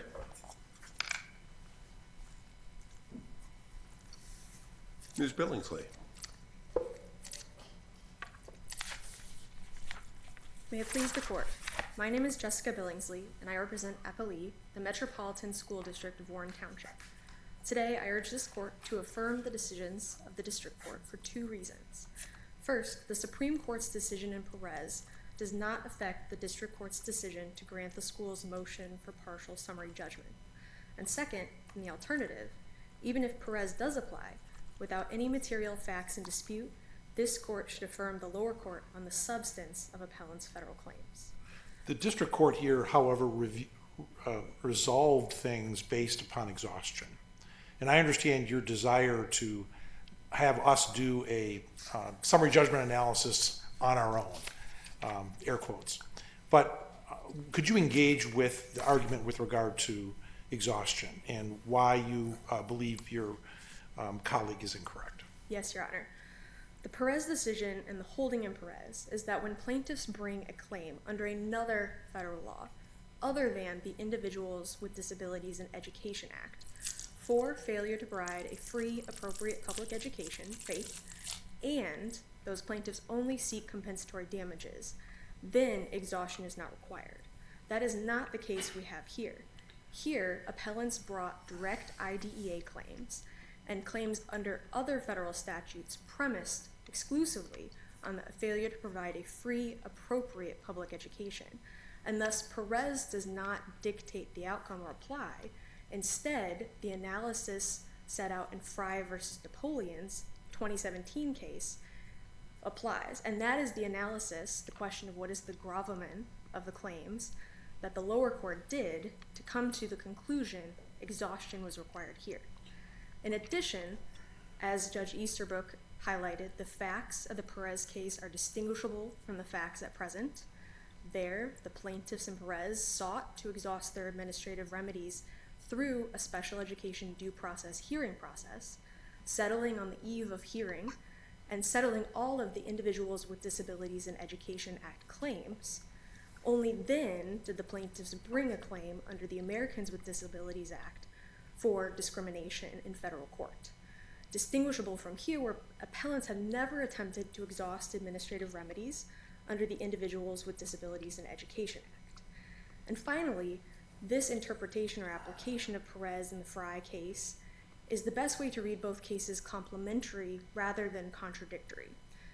Because Fry tells us that plaintiffs cannot avoid exhaustion under the IDEA, the Individuals with Disabilities in Education Act, simply by pleading other statutes.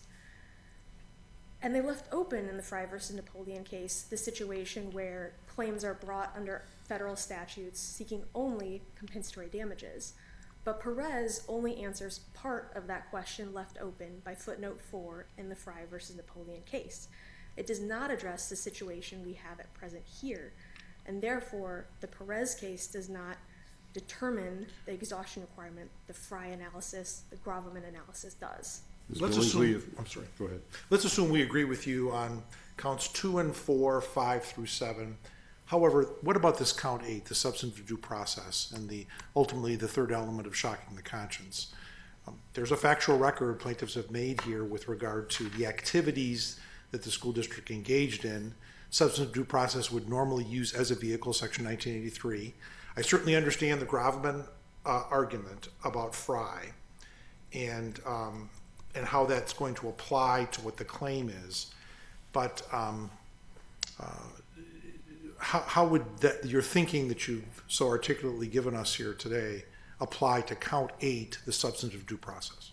So if we skip over exhaustion and go directly to the substance, I think first I would highlight the fact that the lower court determined that the appellant's statement of material facts in dispute was stricken in its entirety. So to the extent there are no facts in the record or evidence that appellants can cite to create a genuine issue of material fact for summary judgment purposes. And they have not appealed that decision by the district court. Additionally, with regard to the shocking of the conscious third element of that substantive due process claim, this court has stated a King ex rel. King versus East St. Louis in 2007 that if there is an opportunity to really deliberate about the decision, then the standard is deliberate indifference. But when it's a hurried decision and there's not an opportunity to really think about the decision, then it must rise to malice or intentional infliction of injury, which appellants admit they do not allege intentional infliction of injury here. Additionally, they don't address this additional standard with regards to substantive due process in their briefing. Instead, they describe their interpretation of facts and cite to an expert opinion, which ironically, if you read those citations, refers only to the negligence standard, saying there was a foreseeable risk of harm, which this course has said in either case is insufficient to demonstrate conduct that shocked the conscience. So for those reasons, whether or not we allow them to cite to evidence in the record that was stricken by the district court, the substance of that claim still comes out in favor of the school district. Well, the plaintiffs didn't have a reason to, I take it, object to the striking in their opening brief because they were challenging only the exhaustion. You're the ones who put the merits in front of us in case you don't convince us about Perez. I'd like to go back to your treatment of Perez, though. If I understand it, you seem to be saying that the presence of the unexhausted IDEA claim is in essence a poison pill that prevents the district court from considering otherwise independent claims under other statutes. That is one aspect, Your Honor. The other aspect is that all the other claims are premised or have the gravamen of a failure to provide a free, appropriate public education. Okay, well, let's take them one at a time. I don't see any basis for what I'm calling the poison pill theory. Can you point us to something that, some legal principle or precedent? Why would it be a good idea to impose that penalty for bringing one unexhausted claim among others that could otherwise proceed? No legal precedent, Your Honor. Instead, I think it's a reading of the Perez decision with the Frye decision. That the Frye decision left in footnote 4 that opening for we're not addressing the situation where claims are premised on a free, appropriate public education or the failure to provide and seek only compensatory damages. And then Perez did not address the situation where an IDEA direct claim, Individuals with Disabilities in Education Act direct claim, is brought. And so it's a reading of those two cases together that leaves open this gap for an interpretation that if there's an IDEA direct claim, that is, it's not a poison pill in the sense that we still are required to go through the analysis Frye puts forth before exhaustion is required. But given and going through that secondary process, not meaning to jump ahead if you have a secondary question there, that the gravamen of all the claims still relies upon a failure to provide a free, appropriate public education, then exhaustion is required. So suppose a school district or other government agency takes it upon itself to provide transportation to an adult who is vulnerable to seizures as this child was. Would a failure to provide appropriate monitoring to keep that transportation safe be potentially actionable under the Rehab Act or the ADA? Yes, it could be. A couple of distinctions there first, Your Honor. First, the Individuals with Disabilities in Education Act can provide services to a student up until they reach age 23. So you could have an adult that has an IDEA, Individuals with Disabilities in Education Act claim. Secondary, if it's a... No, I think Judge Hamilton was asking the same question that I asked Mr. Land.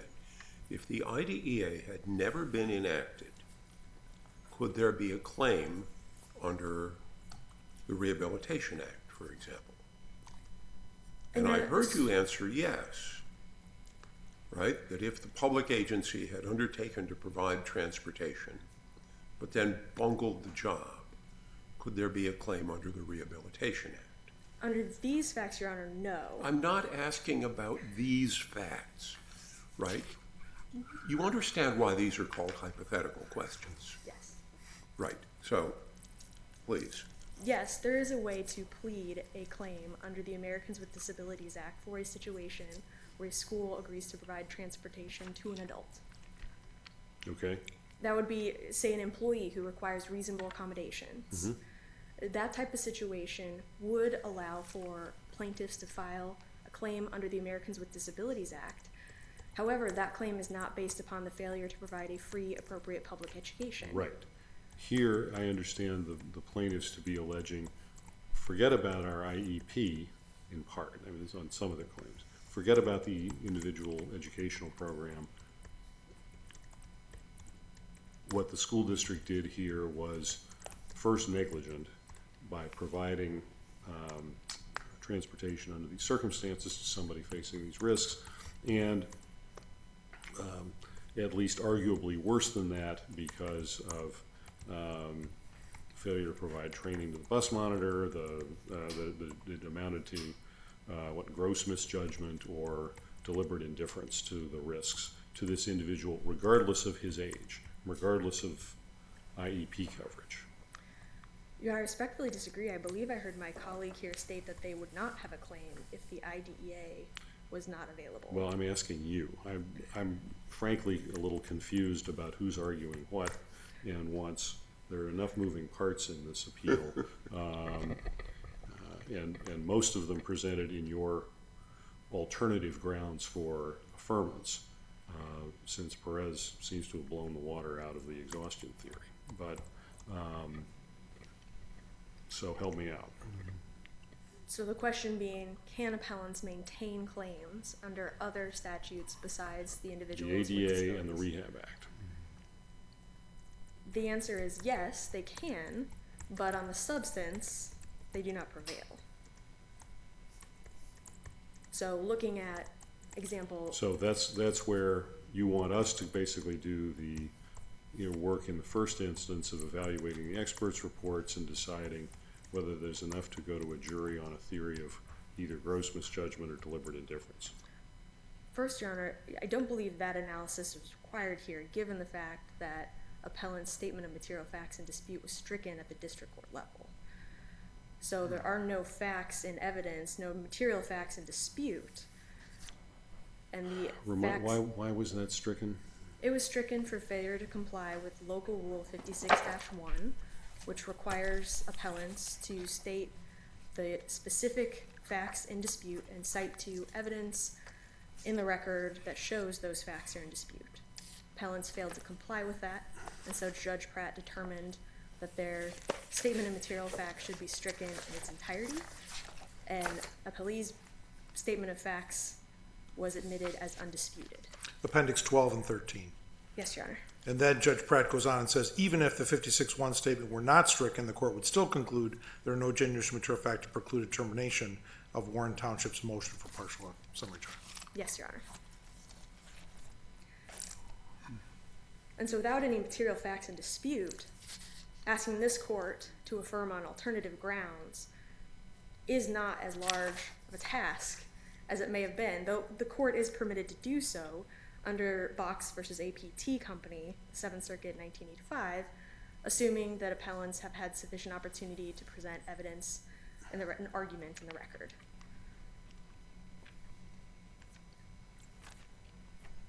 Also briefly touch on school's position is that 1983 is not an enforcement vehicle available for the Individuals with Disabilities in Education Act, nor for Section 504. And that is admittedly in contradiction to this court's Marie O decision. However, the Marie O decision was decided 8 years before the Supreme Court's decision in Ranchos Palos Verdes, which gave further direction on how to determine if Section 1983 enforcement is available. There, Ranchos Palos Verdes and the Supreme Court described that you look at the language of the statute and the comprehensive enforcement scheme, if there is one. Both the IDEA and the Section 504 have comprehensive enforcement schemes. The Individuals with Disabilities Education Act has the exhaustion remedies we've been discussing today. Section 504 adopts Title VI enforcement procedures, which this court has already held are sufficient and comprehensive enough to exclude 1983 enforcement. And with regard to the Individuals with Disabilities in Education Act, the statutory language itself prohibits use of 1983, as it only discusses the Constitution, the Americans with Disabilities Act, the Rehabilitation Act, and any other laws enforcing or protecting children with disabilities. Does the same apply to the Americans with Disability Act, count 7? No, it does not, Your Honor. And why not?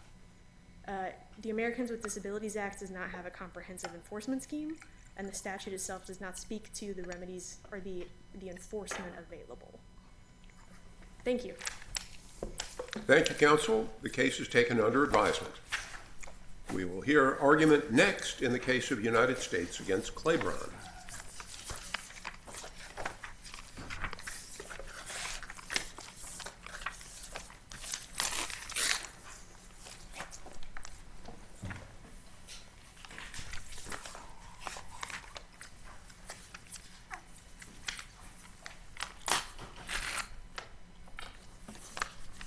Ms. Eisenman. Thank you.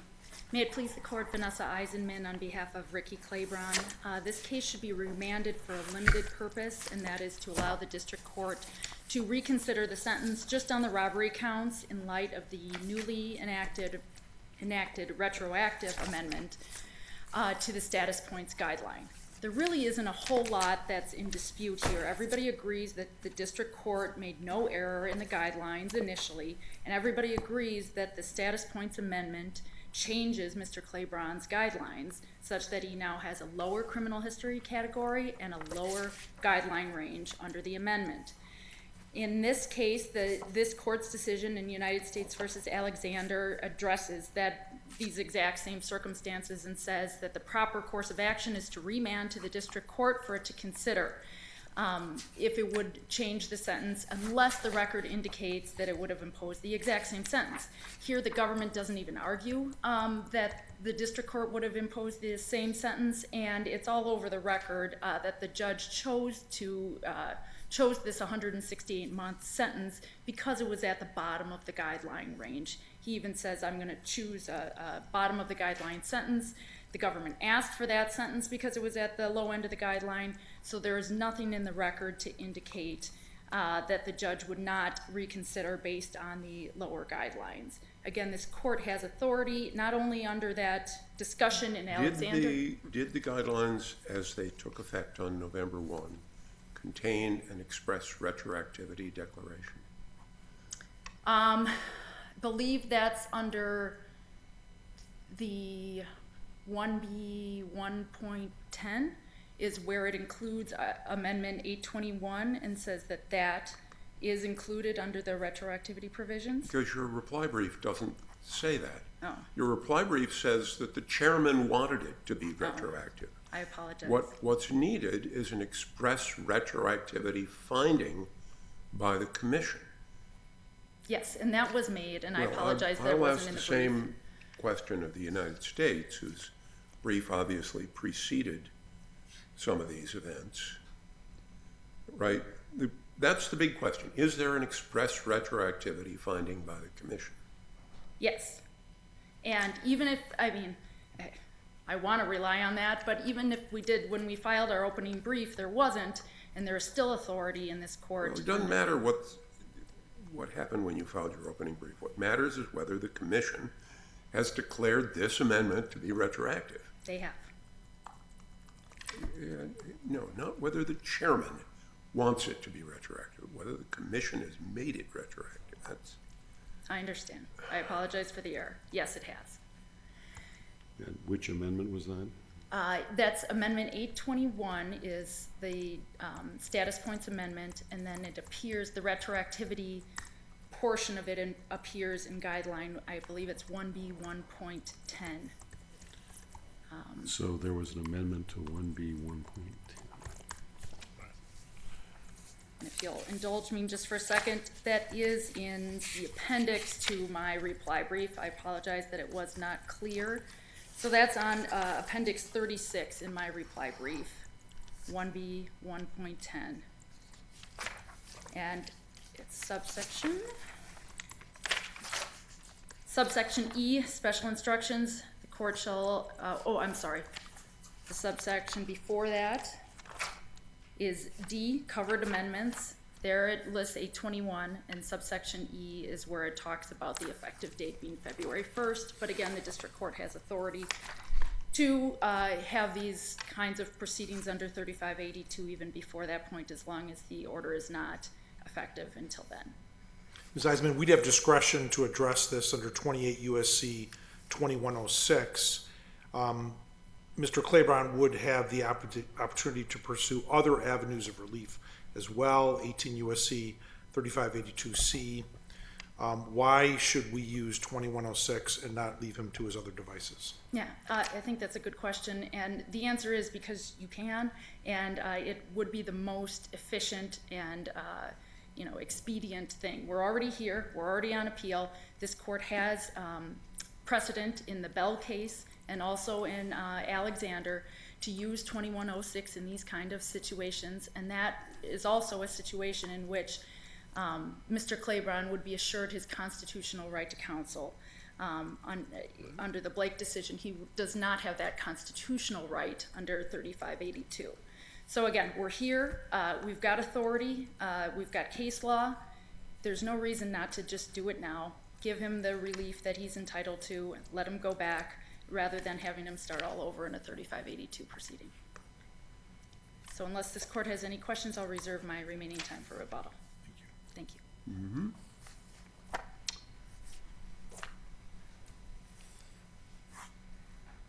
Good Ms. morning. Mavis, you can tell where we're going to start. Yes, good morning, Your Honor. May it please the court, Jessica Mavis for the United States. Your Honors, the government submits that no error was committed, and to remand this case for modification. No, I said you can tell where we're going to start. I can. Has the amendment been expressly listed as retroactive? Yes, Your Honor. The government has no basis to object to the applicability of the amended guideline or the retroactivity to Defendant Claiborne. However, Keep going. Go ahead. the government's position is to remand this case pursuant to 2106 is not proper, because this court would then be making a finding that the district court's sentence was unjust or inappropriate. And defendant can point to no error. There's no plain error. No error was committed by the district court when sentencing Defendant Claiborne. The judge correctly calculated the sentencing guidelines at the time he sentenced. Why do you care whether we remand, whether instructions to think about Amendment 821, or whether Claiborne files a motion in the district court asking it to think about Amendment 821? In either event, the district judge has to do it. Understandably, Your Honor, but the government cares about whether or not this court tells the district court that a sentence that was proper was unjust or inappropriate, because it wasn't. I understand that, and frankly, I came in thinking there was utterly no basis to remand in this case. But since the amendment has been declared now retroactive, why doesn't that amount to a plain error, since we apply controlling law as of the time of the appeal in making that determination? Well, Your Honor, the remedy afforded to defendant under 3582C is specifically dictated for this purpose. When a guideline amendment results in a lower sentencing guidelines Right, range. you agree that's available to it? Correct. Okay, so, okay. And that is the proper vehicle. That is the proper vehicle for all defendants. You haven't answered my question. Why do you care? Because the district court sentence was just and it was appropriate. Well, you're going to say the district judge should not reduce the sentence. Why do you care whether you say that on remand or in response to the absolutely inevitable motion to reduce the sentence in the district court? It's the same question for the same judge at one might think the same time. Your Honor, the government can't take a position yet with respect to what the government's sentencing recommendation would be under a 3582C petition. That being said, the remedy that is afforded to defendant under 3582C is not a full rehearing or resentencing on the robbery counts, which is what defendant asks for under 2106 with counsel. 3582C does not afford defendant counsel, but there is a general order that has been entered in this district that does afford defendants who desire to have counsel appointed on 3582C petitions to have counsel from the Federal Defenders Program appointed if they so desire. So my colleague's argument that Claiborne won't have counsel is moot at this point. Defendant Claiborne will have counsel if he so desires under 3582C. Okay, so you don't want to bully him, right? On the theory that he won't have counsel, but that still leaves us with the problem, what difference does it make to you? The issue is the properness of the procedure, Your Honor. Under 2106, Defendant Claiborne gets more than he's entitled to. He gets more than every other so? defendant. How He gets a full resentencing or a full hearing on the robbery counts, on 4 counts that every other defendant doesn't get under 3582 who is similarly situated. I don't to understand Defendant Claiborne. what the difference is. So under 2106, this court is number one finding that the sentence was unjust or inappropriate and remands to the district court, We don't have to find that his sentence No. was unjust in order to remand. or that the court committed an error. No, we don't have to find that either. We can act under 2106 as we think justice requires. That's what the statute says. And then the nature of the hearing is more than what Defendant Claiborne is entitled to or any other similarly situated defendant under 3582C. I So your understand. argument is that somehow the other sentences have a possibility of being adjusted under 2106 that doesn't exist under 3582? They have a more robust hearing. Under 3582C, we're dealing with a briefing schedule, right? So a defendant Why can't files- we remand and say, conduct the same kind of hearing you would conduct if there were a motion? if there were to be a hearing under 3582C. My I understanding. think you underestimate the scope of flexibility given by 2106. Where the government's position is that 2106 requires that this court find that the district court committed an error. And defendant cannot point. Where is that in the language of 2106? What am I missing? Under 2106, the court may affirm, modify, vacate, set aside, or reverse, and remand, and direct appropriate judgment as may be just. Yes. And those are the words. It doesn't say if the district judge committed an error at the time it was, and so on. It's just not there. But the standard of review for a claim that defendant didn't raise at the time of sentencing is plain error review. And there is no error in this case. No, it's not plain error review. There was no error. We're all agreed on that. There was no error. But we have a retroactive guideline, and the question is, what is the most appropriate way to proceed in the absence of error, but with the presence of a retroactive guideline? And I still don't see the answer to why the United States gives 2 hoots. You know, The district judge has to consider the retroactive guideline, and it's perfectly free to say, don't make no difference to me, thank you very much. The district court certainly can, under consideration under 3582C, which is the appropriate vehicle for the district court to consider the amended guidelines and the reduced guideline sentencing range.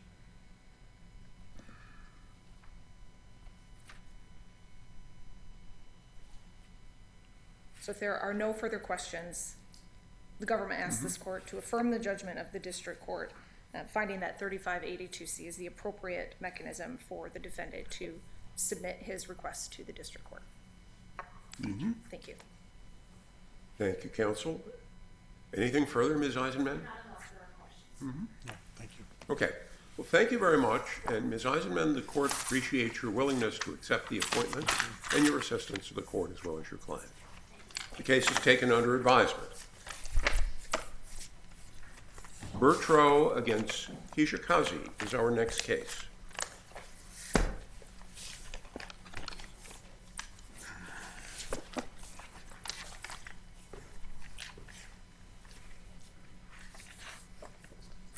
Mr. Duncan. Good morning, Your Honors. May it please the court. Dana Duncan on behalf of Eric Bertrand. This case comes before the court on one single issue. And the length of this oral argument will be based in part on that one single issue. It could go on for a few minutes or it could go on for the entire length of my allotted time. But It's whether the ALJ has a duty of inquiry and a duty to develop the record in this particular case. The commissioner's position is that because the ALJ asked counsel if the record was complete and he said it was, that that's sufficient.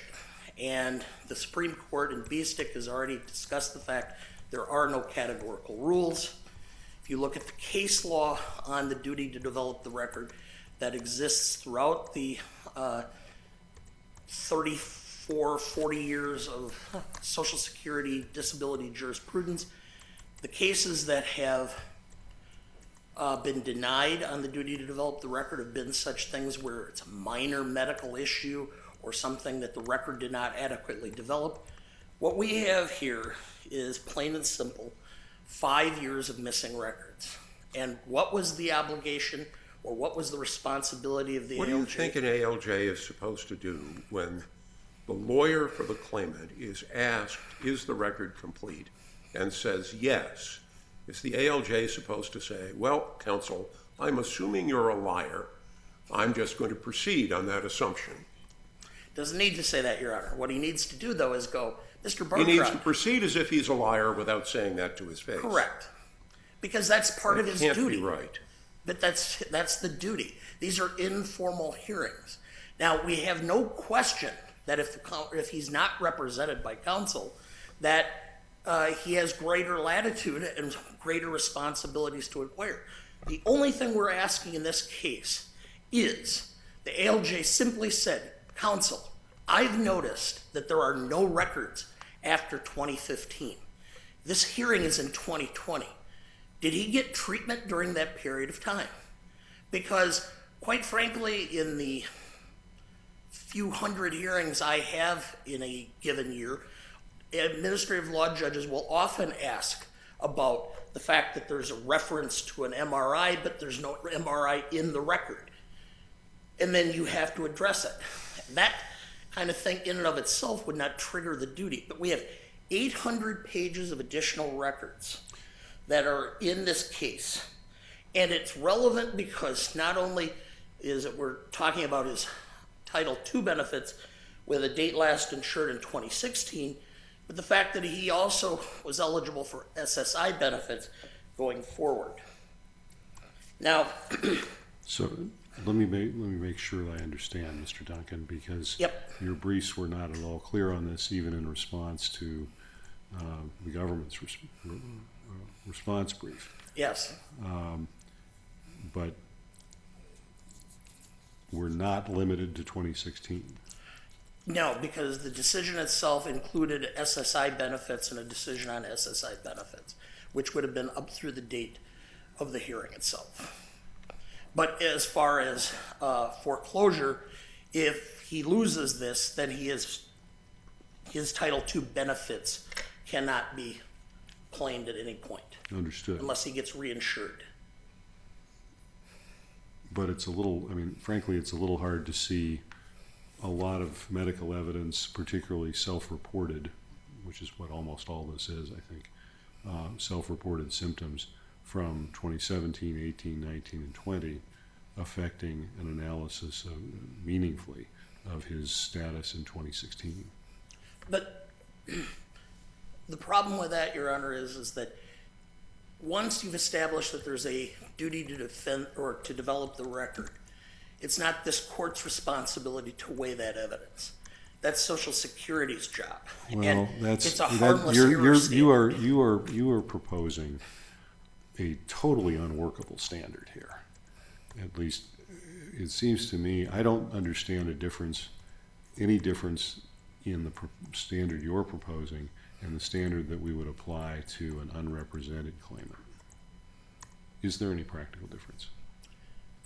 No, but the standard of review for harmless error So you're is a bit arguing there's a frivolous. bright line rule No. that says even if counsel says the record is complete,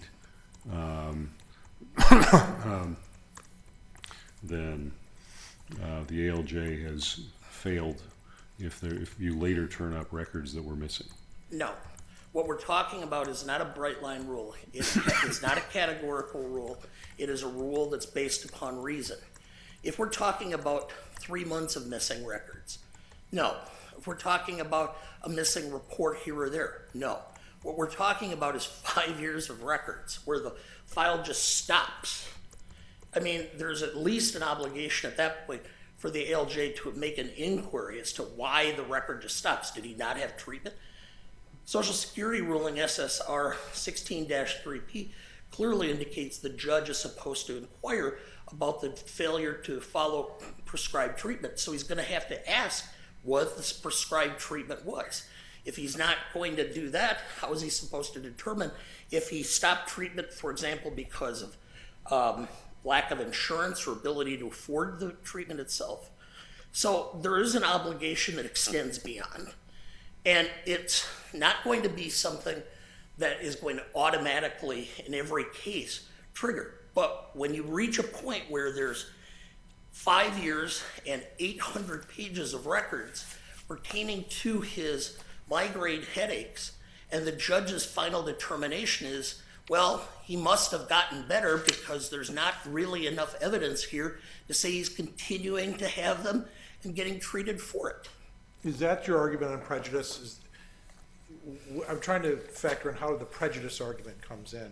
Correct. There's enough evidence there. The standard for harmless error either is my position is frivolous, or there's a reasonableness that on remand, an ALJ may come to a different conclusion.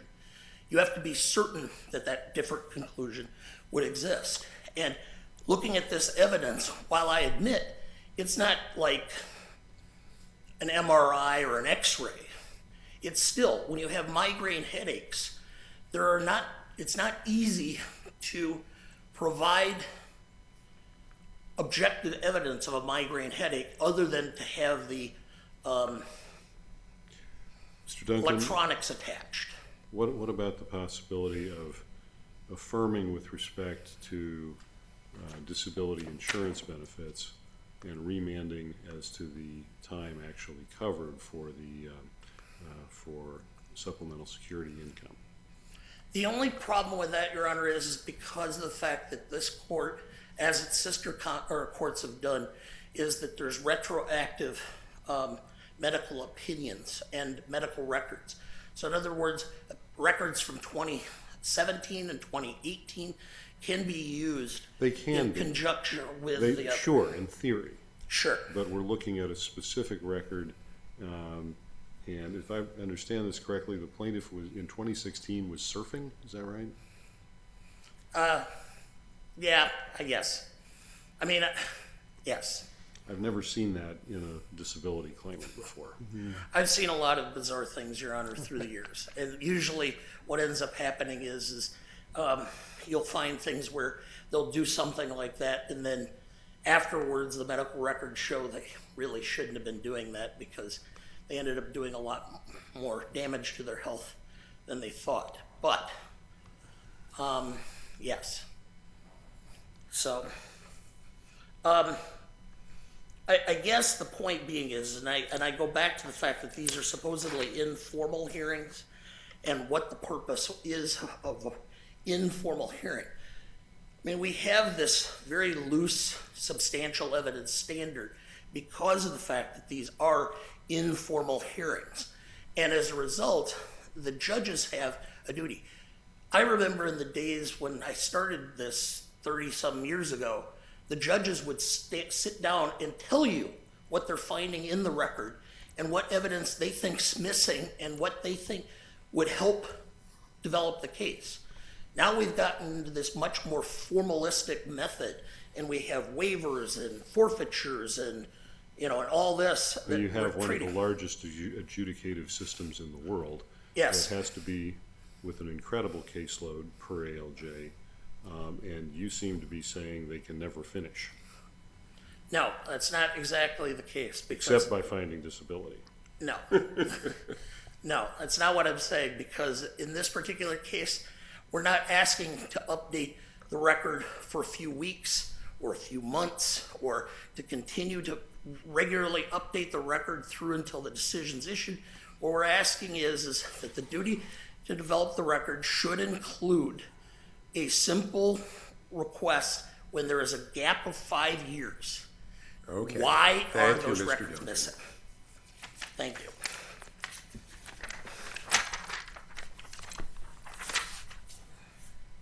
Ms. Kuntz. Good morning, Your Honors. May it please the Court, Elaine Kuntz on behalf of the Acting Commissioner of Social Security. I would like to begin by clarifying what the agency's and the ALJ's duties here are in developing the record. The regulations in Section 1512 set out a shared responsibility to gather evidence. So under subsection B, the agency has the responsibility to develop a complete medical record, which the regulations define as a medical record for at least 12 months preceding the date of the application. The regulations then very clearly shift the burden onto the claimant to provide any updated medical evidence. Under subsection A, the regulations state that the claimant must inform the agency about or submit all evidence known to the claimant that relates to whether or not the claimant is disabled, and the duty is ongoing and requires the claimant to disclose any additional related evidence about which the claimant becomes aware. Ms. There's- Kuntz, could I ask you to address the point in the plaintiff's reply brief at page 12 in the middle of the page, he says the SSA website provides the form with the following cover page instructions. You do not need to ask doctors or hospitals for any medical records that you do not already have. With your permission, we will request your records. The information that you give us on this report tells us where to request your medical and other records. So that form and the instructions in that form do not alter the regulatory burden in any way. What that form is saying is that it's filled out right at the beginning of the application process as an information gathering tool, and the form says, if you tell us what your medical sources are at this time, we will request that evidence. And that is what the regulations say under subsection B. We will gather the medical evidence for the 12 months preceding the date of the application. But there is nothing on that form that says going forward, we're going to continue carrying that burden for you. Now, separate from the regulations, cases have recognized the non-adversarial nature of the Social Security system, and they have created a limited expansion of this duty to develop the record. This is almost exclusively applied to unrepresented claimants or those with severe mental impairments or cognitive disabilities who are not able to develop the record on their own. The facts of this case do not create that sort of heightened burden that for the ALJ to develop the record. Not only did Berteau have an attorney here, he had hired that attorney more than 4 years before the date of this last ALJ hearing and decision. This case had been remanded by the Appeals Council twice, and after both remands, Berteau's attorney updated the medical record. And significantly, the ALJ asked the attorney if the record was complete, if he had had a chance to review the record, and the attorney said the record is complete to the best of my knowledge. Under these facts, there are no special circumstances that would enhance the ALJ's duty, and there is no question here that the agency satisfied its duty under the regulations to develop this record. So the court's review of this case can end at the duty question and find that the ALJ satisfied the duty to develop the record and no further inquiry is necessary. Turning briefly to the second question, if the court does reach the question of prejudice, a review of the supplemental record shows that there is nothing in this record that was reasonably likely to change the outcome of the ALJ's decision.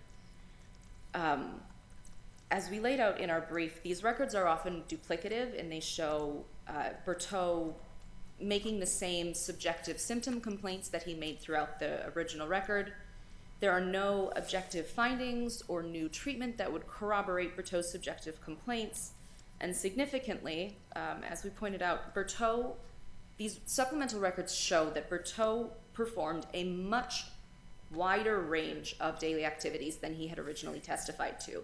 In addition to the surfing, we have records showing that he was boxing and jump roping, And 5 months after the decision was issued, Berteau told his physical therapist that he was helping a friend move furniture upstairs with no issue.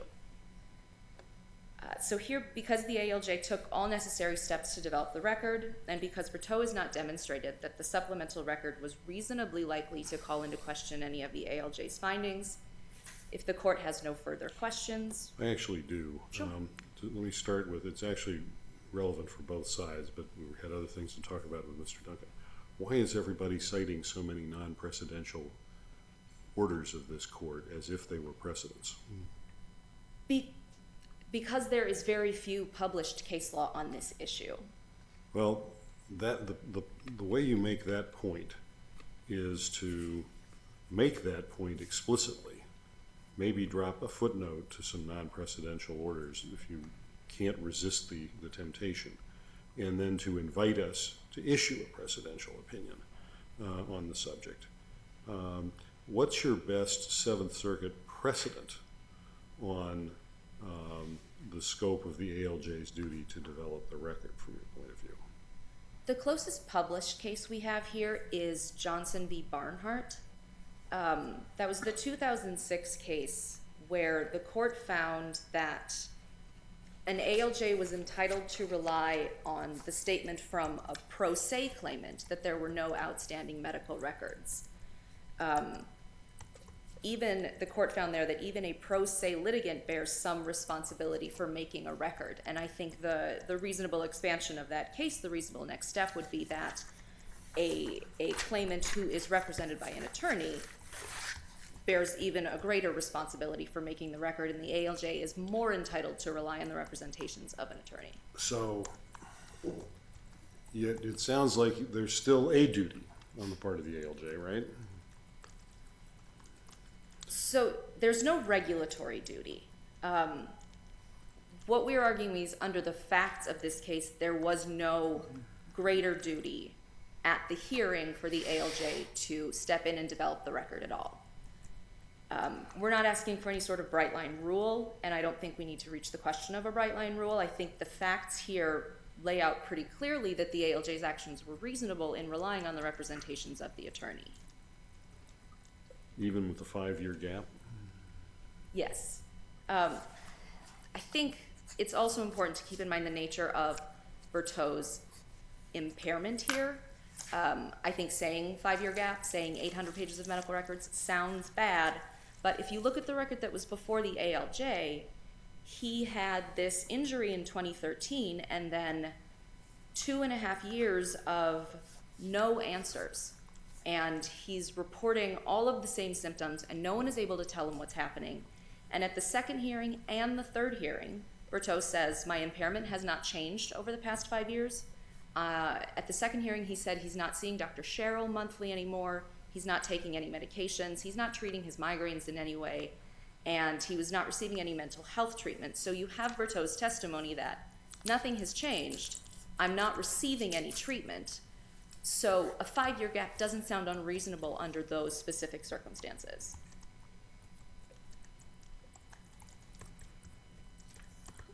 The court has no further questions. We will rest on our brief and ask that you affirm the ALJ's decision. Thank you. Thank you very much. The case is taken under advisement. Our final argument of the day is Rogers against Rankin.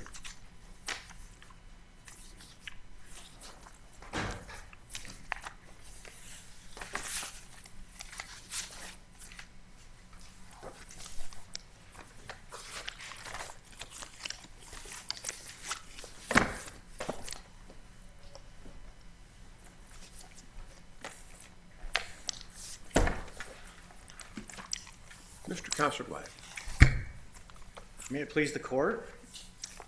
My name is Jared Casaglad, and I represent Richard Rogers, who is asking this court to reverse the district court's decision to grant Dr. Rankin summary judgment and to reverse the district court's dismissal of Drs. Foss and Youssef at the screening stage. Mr. Rogers entered the Illinois Department of Corrections with an objectively serious medical. Before we get into this constitutional argument, I have a simple question. Are you making a malpractice claim under state law? No. Why not? I don't know. I couldn't answer that. Why though? You're the plaintiff's lawyer. You have to know the answer to that question. I don't know why, when the complaint was filed pro se. And I understand that. And then he had appointed counsel, well, recruited counsel in the district court. But I'm asking you pick up these papers, which look like they might be a malpractice claim, and you argue only the Constitution of the United States. Why didn't you ask us to remand to consider a malpractice claim? Well, we didn't ask the court to remand to consider a malpractice claim because one wasn't brought. So You don't plead law, right? Pleadings plead grievances. They don't plead legal theories, right? It might be that the plaintiff was mistaken or his prior lawyer was mistaken, but I don't see why you should think that the failure to assert a particular legal theory sets a boundary on the case when it reaches the Court of Appeals. In any event, there is no malpractice claim, so let's proceed. Thank you, Judge. So he entered the Illinois Department of Corrections with an objectively serious medical need. He had scoliosis and surgically implanted metal rods in his back. When he first met Dr. Rankin, Dr. Rankin became aware that he had been diagnosed by doctors with that condition and that it mandated treatment. And any layperson would know that someone with surgically implanted metal rods in their back requires the care of a medical person who understands that condition. Counsel, when does the responsibility shift from the initial radiologist to Dr. Rankin? It strikes me that it's a tougher argument to say that the responsibility here falls on Dr. Rankin, given the fact that Dr. Rankin is rejecting the conclusion of one radiology and asking to go back and saying, hey, I read these x-rays differently. There really is a problem with his hardware. So the responsibility always lied with Dr. Rankin from December of 2016 onward, when Dr. Rankin confronted a medical situation that he did not understand, did not know, and did not appreciate. And at all relevant times, Dr. Rankin should have been referring Mr. Rogers to a specialist because that need was made obvious by Dr. Rankin's own ignorance of what Mr. Rogers' symptoms meant, what treatment to provide him, and what decisions should be made as appropriate for Mr. Rogers' care. Mr. Rogers informed Dr. Rankin directly that he was at high risk for spinal fractures and hardware breakage, and told Dr. Rankin that he'd had 3 prior incidences of that occurring, and other physicians had recommended annual imaging. In that respect, the district court erred by finding that Dr. Rankin was free to exercise his own independent medical judgment and not give Mr. Rogers what he wanted and not follow the advice of other physicians, because Dr. Rankin had no medical basis to be rendering a decision like that. What advice of other physicians are you referring to? The need to get annual imaging to evaluate degradation of the spine. What other physician had advised Rankin that was required? No physician advised him of that. Exactly.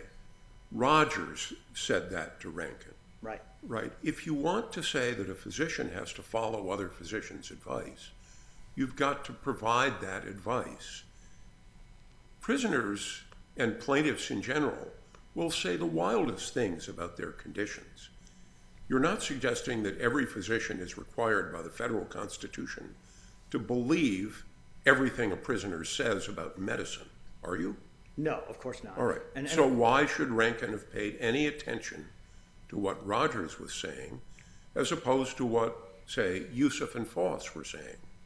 Well, to begin with, Dr. Rankin, let me answer that question twofold. In the beginning, in December of 2016, the x-rays had not been taken. And Dr. Rankin admits that Mr. Rogers was already experiencing tenderness in the spine. There's a complaint in June of 2017 that the district court does not cite in her opinion, but made by Mr. Rogers to Dr. Rankin about irregular sensations in his spine and following up on his request to see a specialist because he thought something was wrong with it.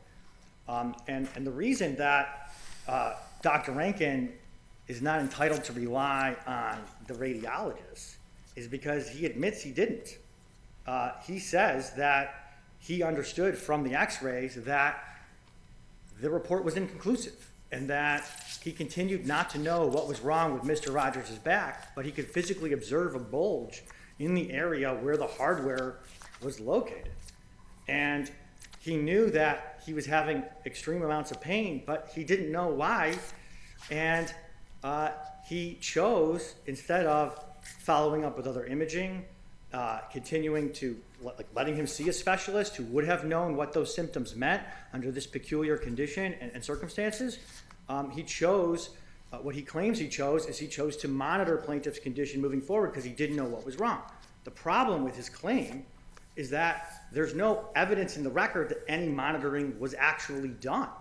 And in fact, after the plaintiff's expert reviewed the records, there was a well-reasoned opinion that Dr. Rankin created a clinically inaccurate medical history about Mr. Rogers' care.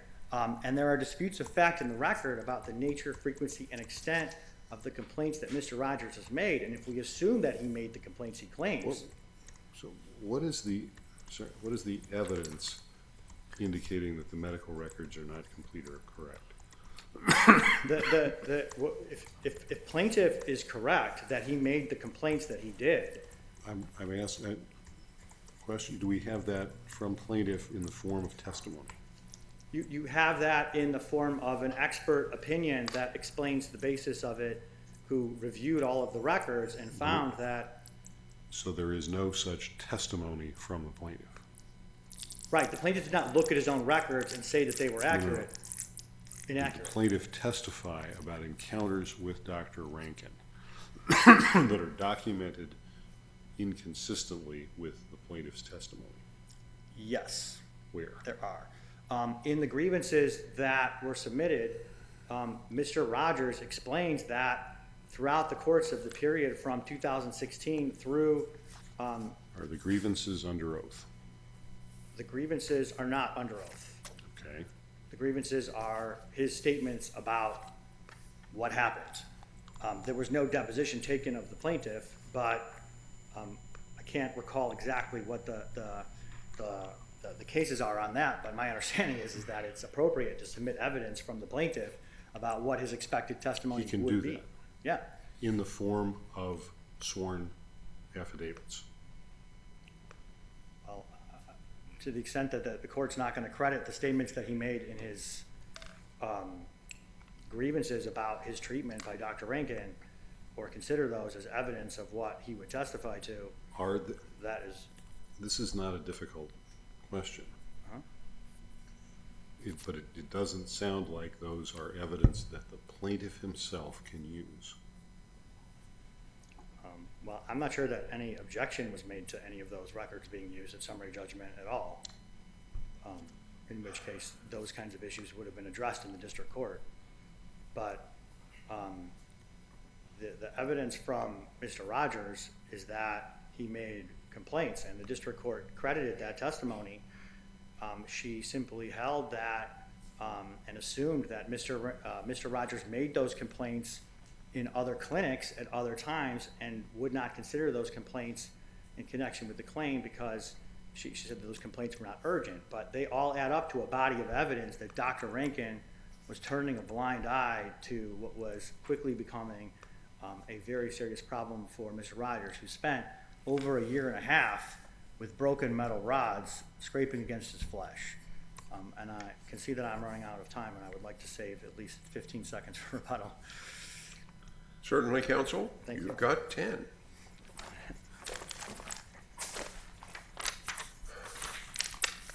Mr. Drinkline. Thank you, and may it please the court, Chris Drinkline, and I represent the radiologists, Drs.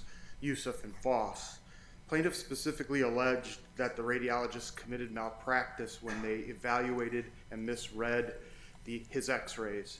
These allegations are insufficient to state a Section 1983 deliberate indifference claim. I have something of the same question for you.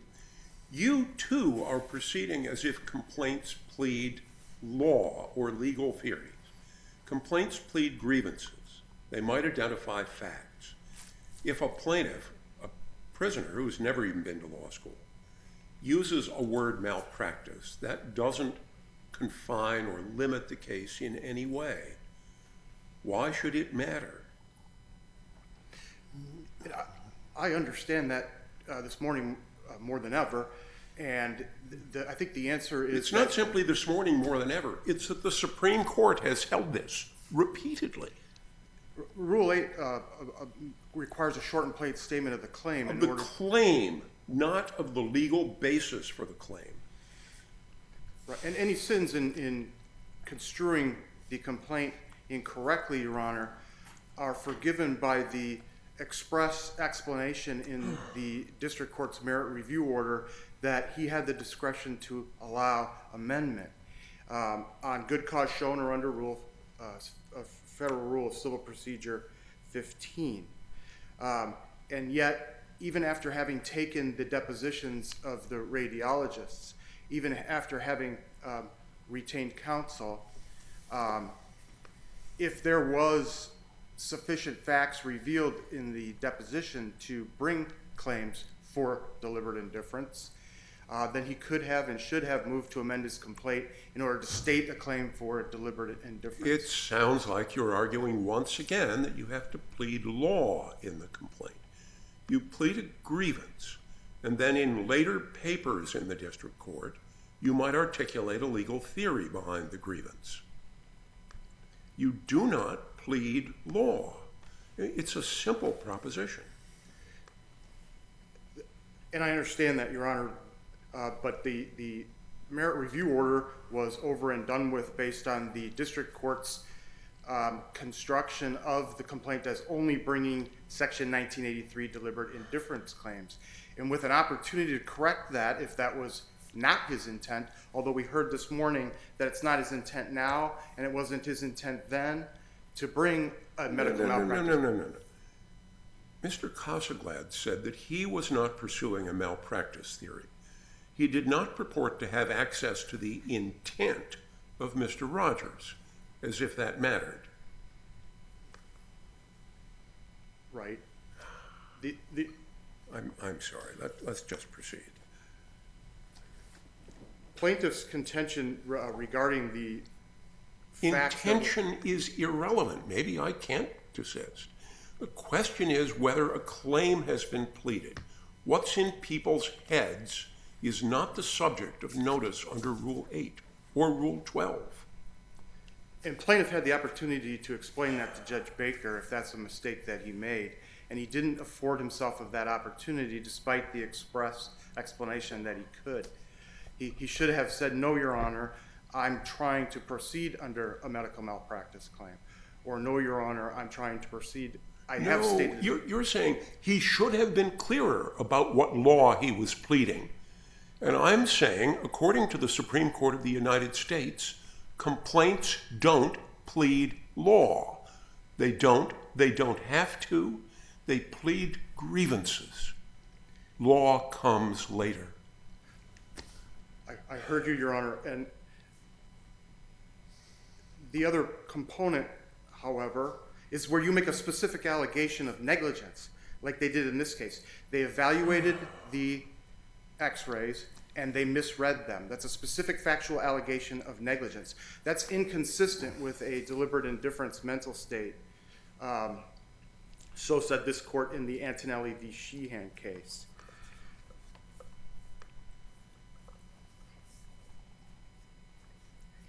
In his reply brief, the plaintiff highlights the wrong standard, suggesting that, citing pre-Bell Atlantic v. Twombly authority, urges this court to apply the old Connolly v. Gibson no set of facts standard to conclude that the district court erred in dismissing his claims. According to the plaintiff, it's possible that the radiologist did not even read the x-rays, and it's possible that they intentionally, if they did read them, intentionally misrepresented their findings. But it's clear that in the wake of this court's decisions in both Lovano and Arnett v. Webster make clear that the plausibility standard applies to 1915 review Yes, of pro thank se you, counsel. complaints. Your Honor. Your time has expired, counsel. Thank you, Judge.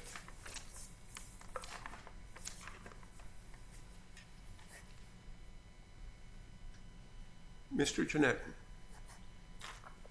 Good morning, Your Honor. May it please the court, Peter Jeanette for Dr. William Rankin. I would like to address a couple of the comments made by plaintiff's counsel. He suggested that the first x-ray in May 2018 was inconclusive. That was not true. That was discussed with Dr. Rankin during his deposition, and he was very clear that the x-ray was not inconclusive, that it was conclusive to him.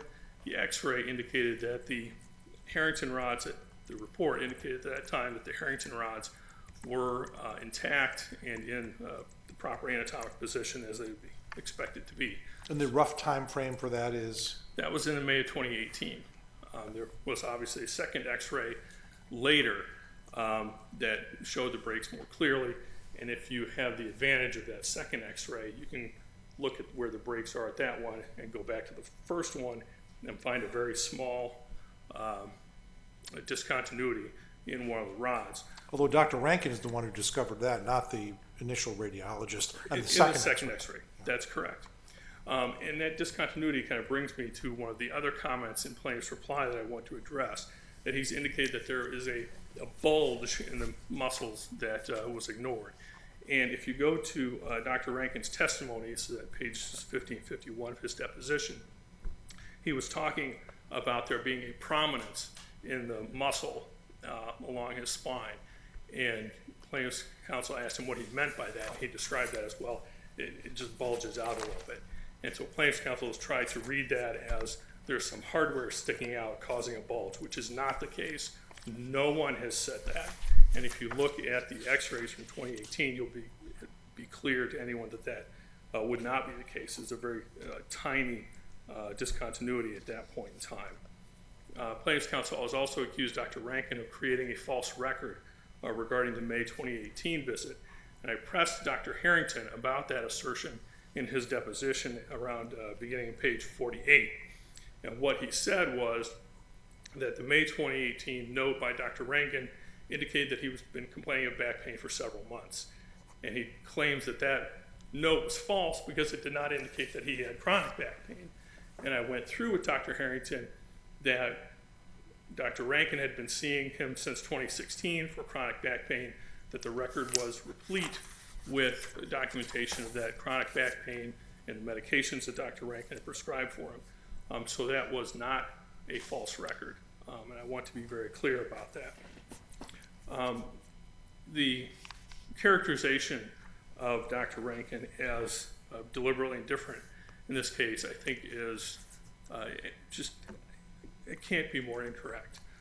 He should be the hero of the story, not the villain. He is the one who found this error in the second x-ray, who got the treatment that he needed, and up to that point in time, managed his pain as best he could. Whenever a complaint was made about his pain, he adjusted medications, and we've kind of set that forth in the record. The list of medications for Mr. Rankin, or for Mr. Rogers rather, seems unusually long for prisoners with chronic pain. He had a number of ongoing conditions, including hepatitis and hypertension, for which he was treated, and importantly, for which he was seen on a regular basis. If you look at Dr. Rankin's deposition beginning around page 86, he goes through some of those other visits, and on most of those visits, Mr. Rogers did not make any complaints about his back pain.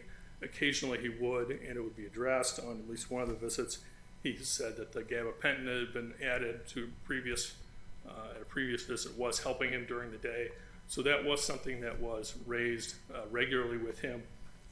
Mr. Rogers also saw nurses twice a day because he was receiving med pass. He had the ability to submit sick calls at any time. So he had the ability to raise more issues with his back if he needed to, as far as the pain management. And Dr. Harrington, plaintiff's expert himself, said he did not take any issue with the medications that were prescribed. His only issue was the pain, was the lack of referral. And at no point was Dr. Rankin actually aware of any problem with the Harrington rods prior to that October 2019 x-ray. So he could not be deliberately indifferent to a condition if he was not actually aware of that, and that's fairly clear from the case law. How old was Mr. Rogers between 2016 and 2022? I apologize, I don't recall that off the top of my head. I want to say he's a middle-aged guy. I don't think he was particularly young or particularly old. And just so we get the sequence correct, after Dr. Rankin corrects the second set of x-rays, he then refers to an orthopod who refers to a neurologist. Correct. And then Dr. Rankin continues the recommendations, the consultations with the specialists. Is that correct?